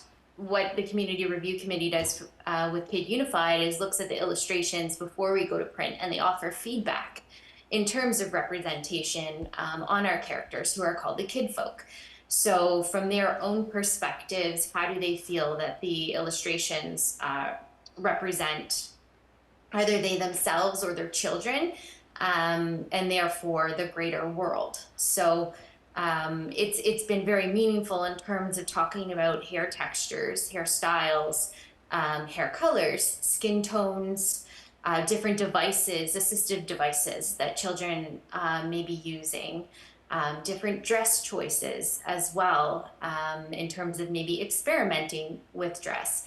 And sometimes, as we've talked about today, there are different viewpoints that may be from quote unquote the same group, we'll say. So if there are two folks who may feel they may feel very strongly on either end of the question as to whether or not they agree with the hair color choice or not on a certain person. But having these conversations really allows for a stronger end tool and resource for kids in the end. So it's something that I feel that anyone, if you're at a loss in your organization as to what to do, at least it's a place to start and to grow from. And I've seen a lot of value in it, and I think it's something that can be very easily done in terms of just beginning. Well, thanks everyone. I'm going to use this moment to just give us a little check-in. I think we're about 2:15. But there's one topic that I feel like would be lacking if we don't touch on it before closing today, and I think this is a good time to get into it. So some people have been talking about politics, some people talking about being listened to, and now we just kind of touched on children. So I'm going to continue with this just as a last maybe point for us to get into. I don't think it'll come as a surprise here, but there's been a lot of remarkable increase in political attention given to gender across Canada in this last year in the form of an uproar. So from the politics of gender in schools to just policing trans bodies, I kind of want us to just take a moment to address this. We could either talk about it briefly, but openly. But since Celeste did mention Le Comité des Sages already, I think I'm going to go right into it. In response to the uproar, the Quebec government put in place un Comité des Sages sur l'identité des genres, so a committee of experts on gender identity. The members were publicly announced, and clearly there was a lack of representation. There was a lot of backlash. I kind of wanted to put this up here, first of all, in two parts. I think one part is, where are we moving politically in 2024? What can we take from all the discussions and the discourses that have happened in 2023? And how are we bringing that into 2024? And secondly, maybe to end off after that, is if us as people in this room here had something to say to either Le Comité or to the people who have appointed Le Comité des Sages, just information that you would like to share, for them to have, for them to listen to, what would that be? So let's first I'm throwing it out now. Take your time with it, but yeah. Let's start off just by, how are we moving politically into 2024? What are your thoughts? What are you taking from 2023? What should we definitely leave? I'm gonna direct the conversation directly to Celeste, who's been an absolutely active voice, leading a lot of the charge in the defense of human rights over the last year, commendably. So I want to give you the space first to do so. Thank you very much. Well, I can definitely give a little, I think I should probably start by giving more like the context behind the Comité des Sages, because I've done a lot of research in this, and trust me, it is pretty ugly in many respects. So the reason why this committee even exists in the first place, it began as like a suggestion to have scientists and other people who have studied trans issues to be around the table after there was an uproar about gender-neutral bathrooms, and one teacher who uses a gender-neutral title. One, literally one. Sometimes you think that these are things which would just pass under the table, but all thanks to conspiracy theorists and people who are simply opposed to trans people existing in public. Thinking of them as a threat to their kids, it got blew way out of proportion. Then, of course, there were the September 20th protests, which were by far the largest anti-trans protests Quebec have ever seen, and also has been which also has affected people all across Canada. I believe there were at least I'd estimate about 300,000 school absences or something along those lines across Canada owing to the anti-trans protests on September 20th. And there's whether it should be to protest against trans rights or to counter-protest those.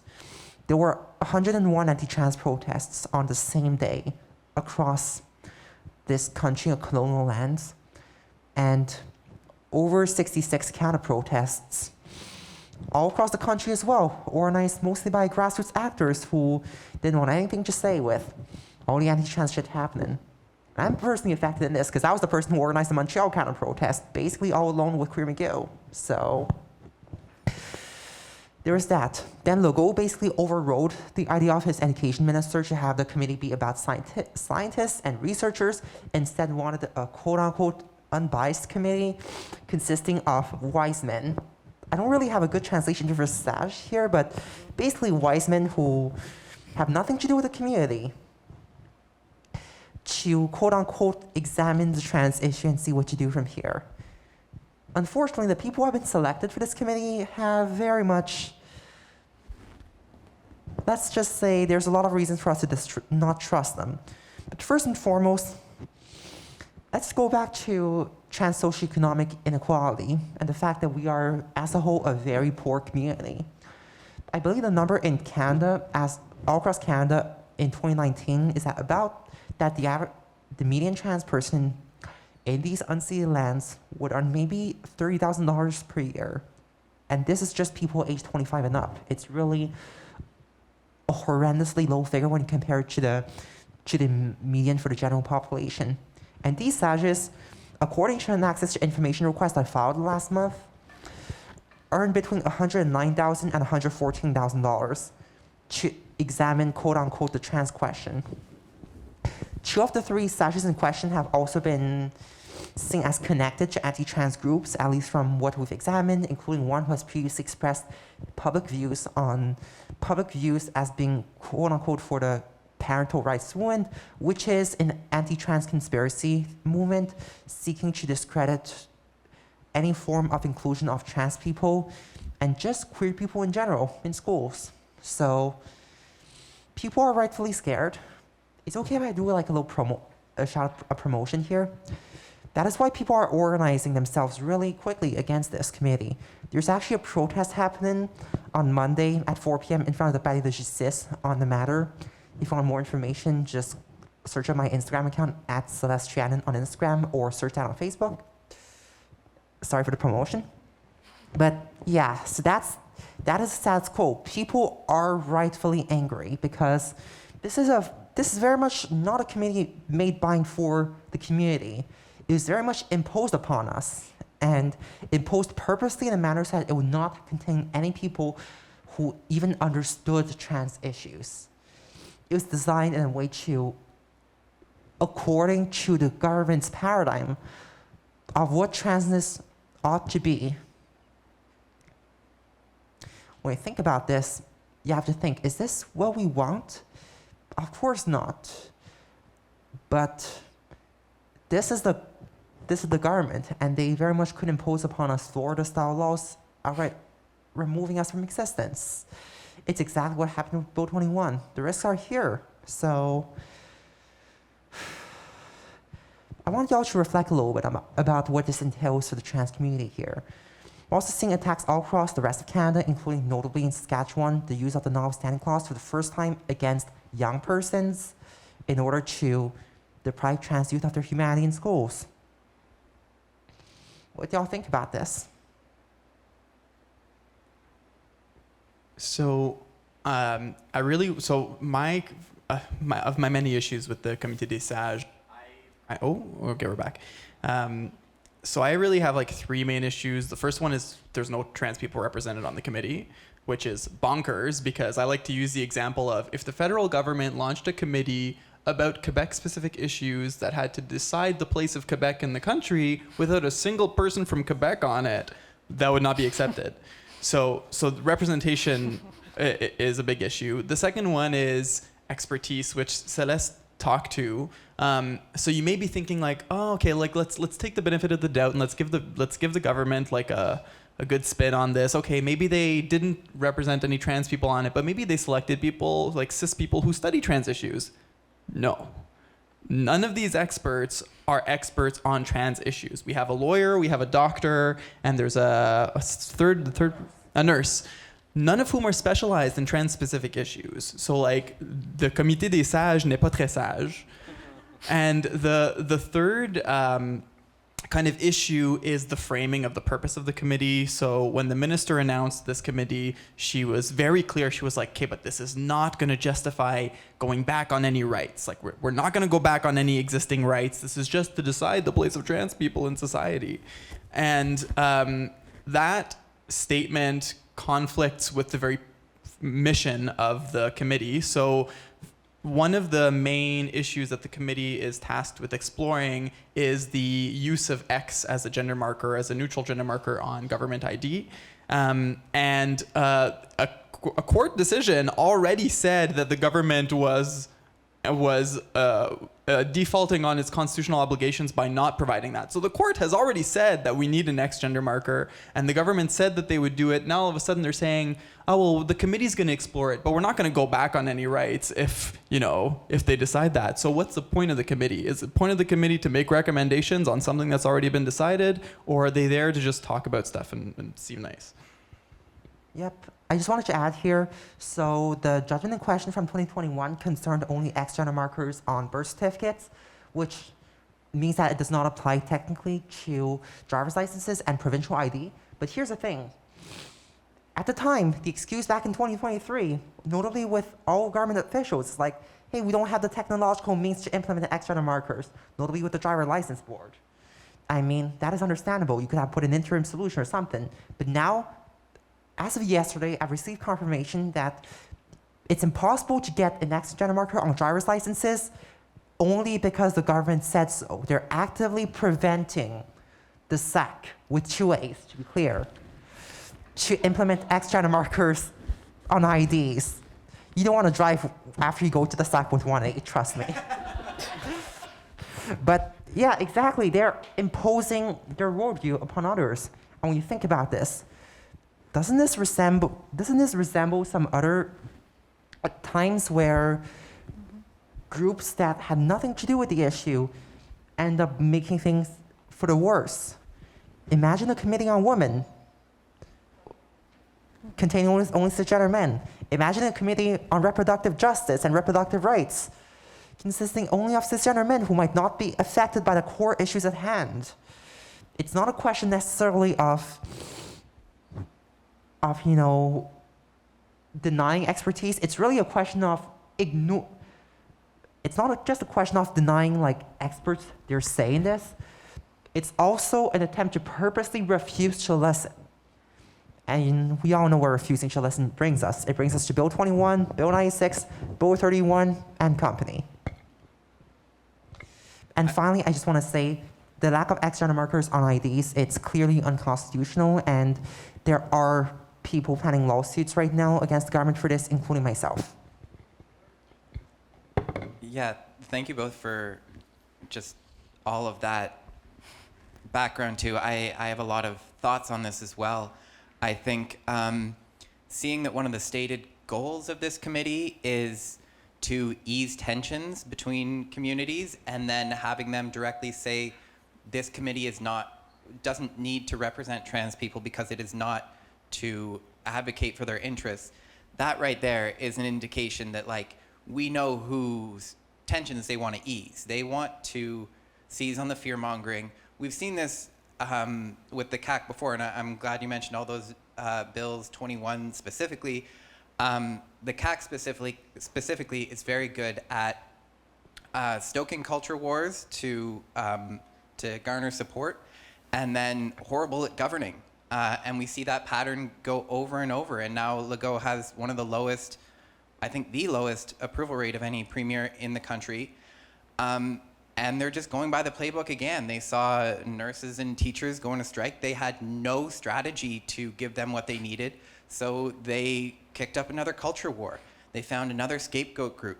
And I think it's really important that we call this out for what it is. And the time for a good faith reading, I think, has long passed. We have a lot of information that shows that this is not in good faith, and they do not have the interests of trans people, queer people, anyone other than their base in mind.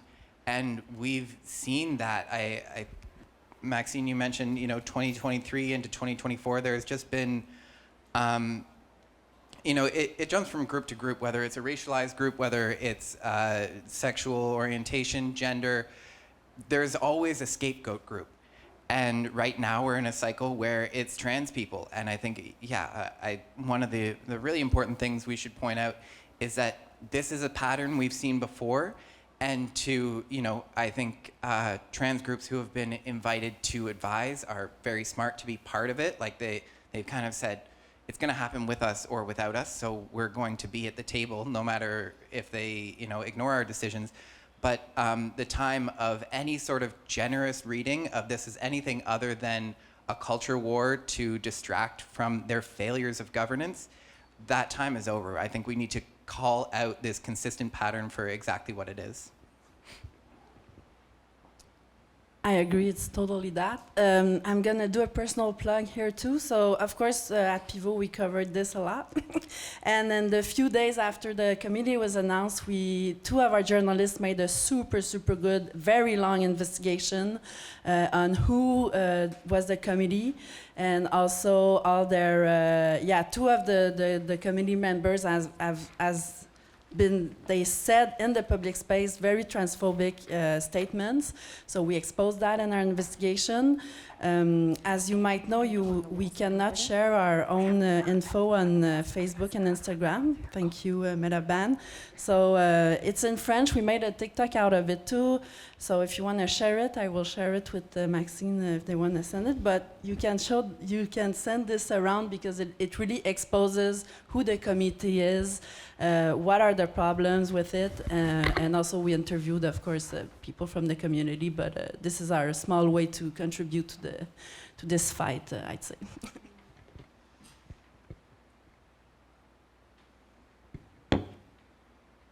Anybody else? I hope this doesn't come up again in 2024, but in 2023, I mean, the CAQ isn't special. The Conservatives of Quebec are also notorious for using gender issues to just stoke the flames and garner support. But Éric Duhem, who himself is a gay man, passed a petition to ban drag performers in front of kids. And though he recognizes like their value in like a nightclub cabaret setting, he's very much stoking the discourse that drag performers are indoctrinating kids and that there's like this malicious gay agenda behind it. And I just really hope nationally, because we've seen this in the States, of course, too, but it's interesting to me that famously Barbada de Barbade, who's an incredible, not just drag queen, but like music teacher and, public personality. There were many, maybe you've heard of this, but there were many of her, she's been doing these, drag story times, and if anyone has a discomfort with like drag performers and kids, we can talk about it, but really it's like the same way you would hire a clown to come perform at a kid's birthday party. It's like a larger than life, beautiful personality who's there to read stories about inclusion and sticking up for yourself if you're different. Like I really fail to see the horrible value in that.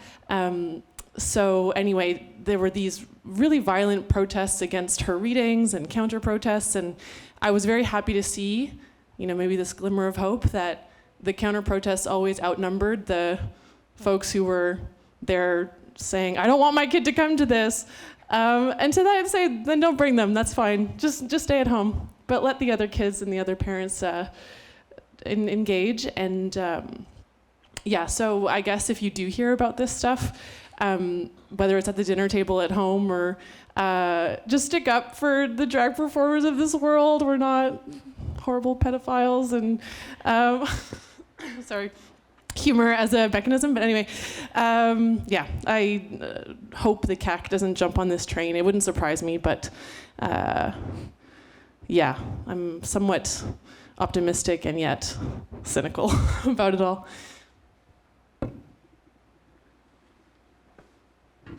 One really quick comment is that there's a few mixed messages that we're getting from the CAQ right now, because they also announced that they were doubling the financing for the Office to Fight Against Homophobia and Transphobia, which is like so confusing because I'm like, okay, we're giving more money to fight homophobia and transphobia, but you're the one committing the transphobia.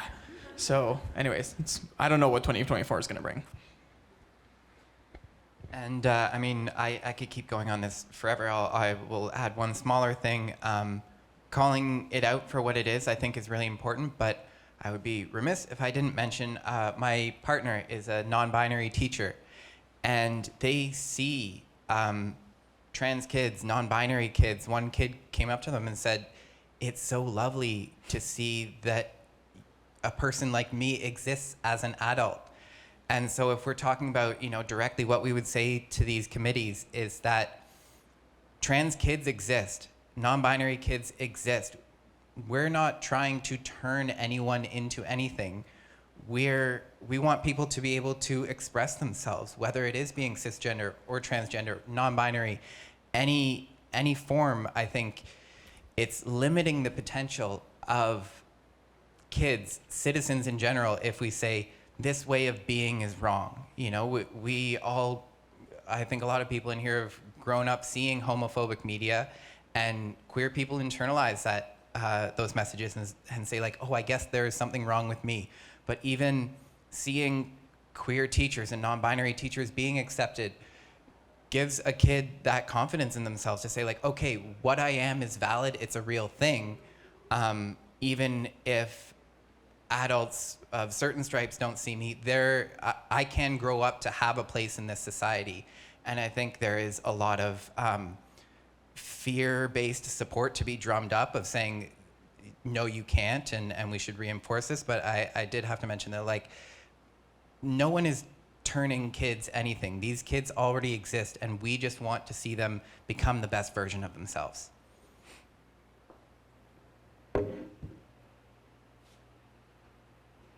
All right, well, one conversation is definitely not enough to cover all the implications around gender. But before we do close off, does anybody have any final thoughts, comments, just an idea you want to throw out there, something we maybe didn't cover that you want to speak to, or even that we did cover and you want to come back to? We still have the time and space for it, so feel free if you want to say a final thought. I'll give you guys some space.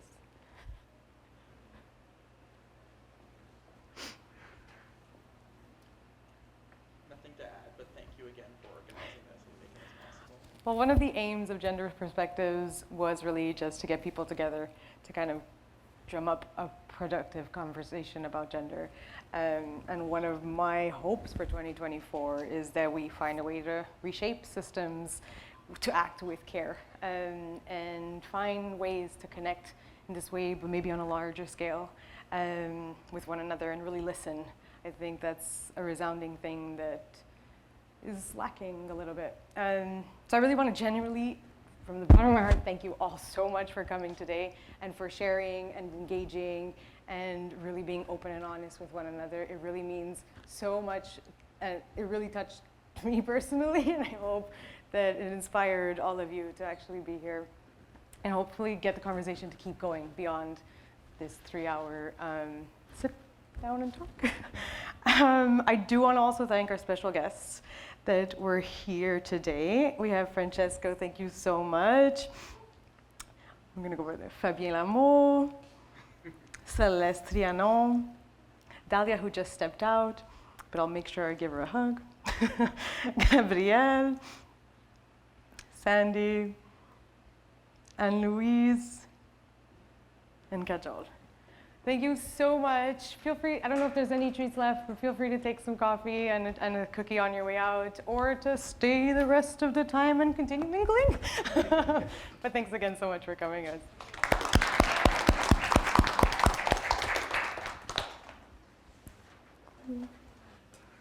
Okay, thank you again for everyone coming into Fourth Space, and for those of you online for attending and activating this conversation. Just want to let you know we're going to be closing up the Zoom and the live stream now, but it remains available on our YouTube channel if you'd like to revisit or share it. And please join us again soon, and have a wonderful afternoon. Thanks, everyone.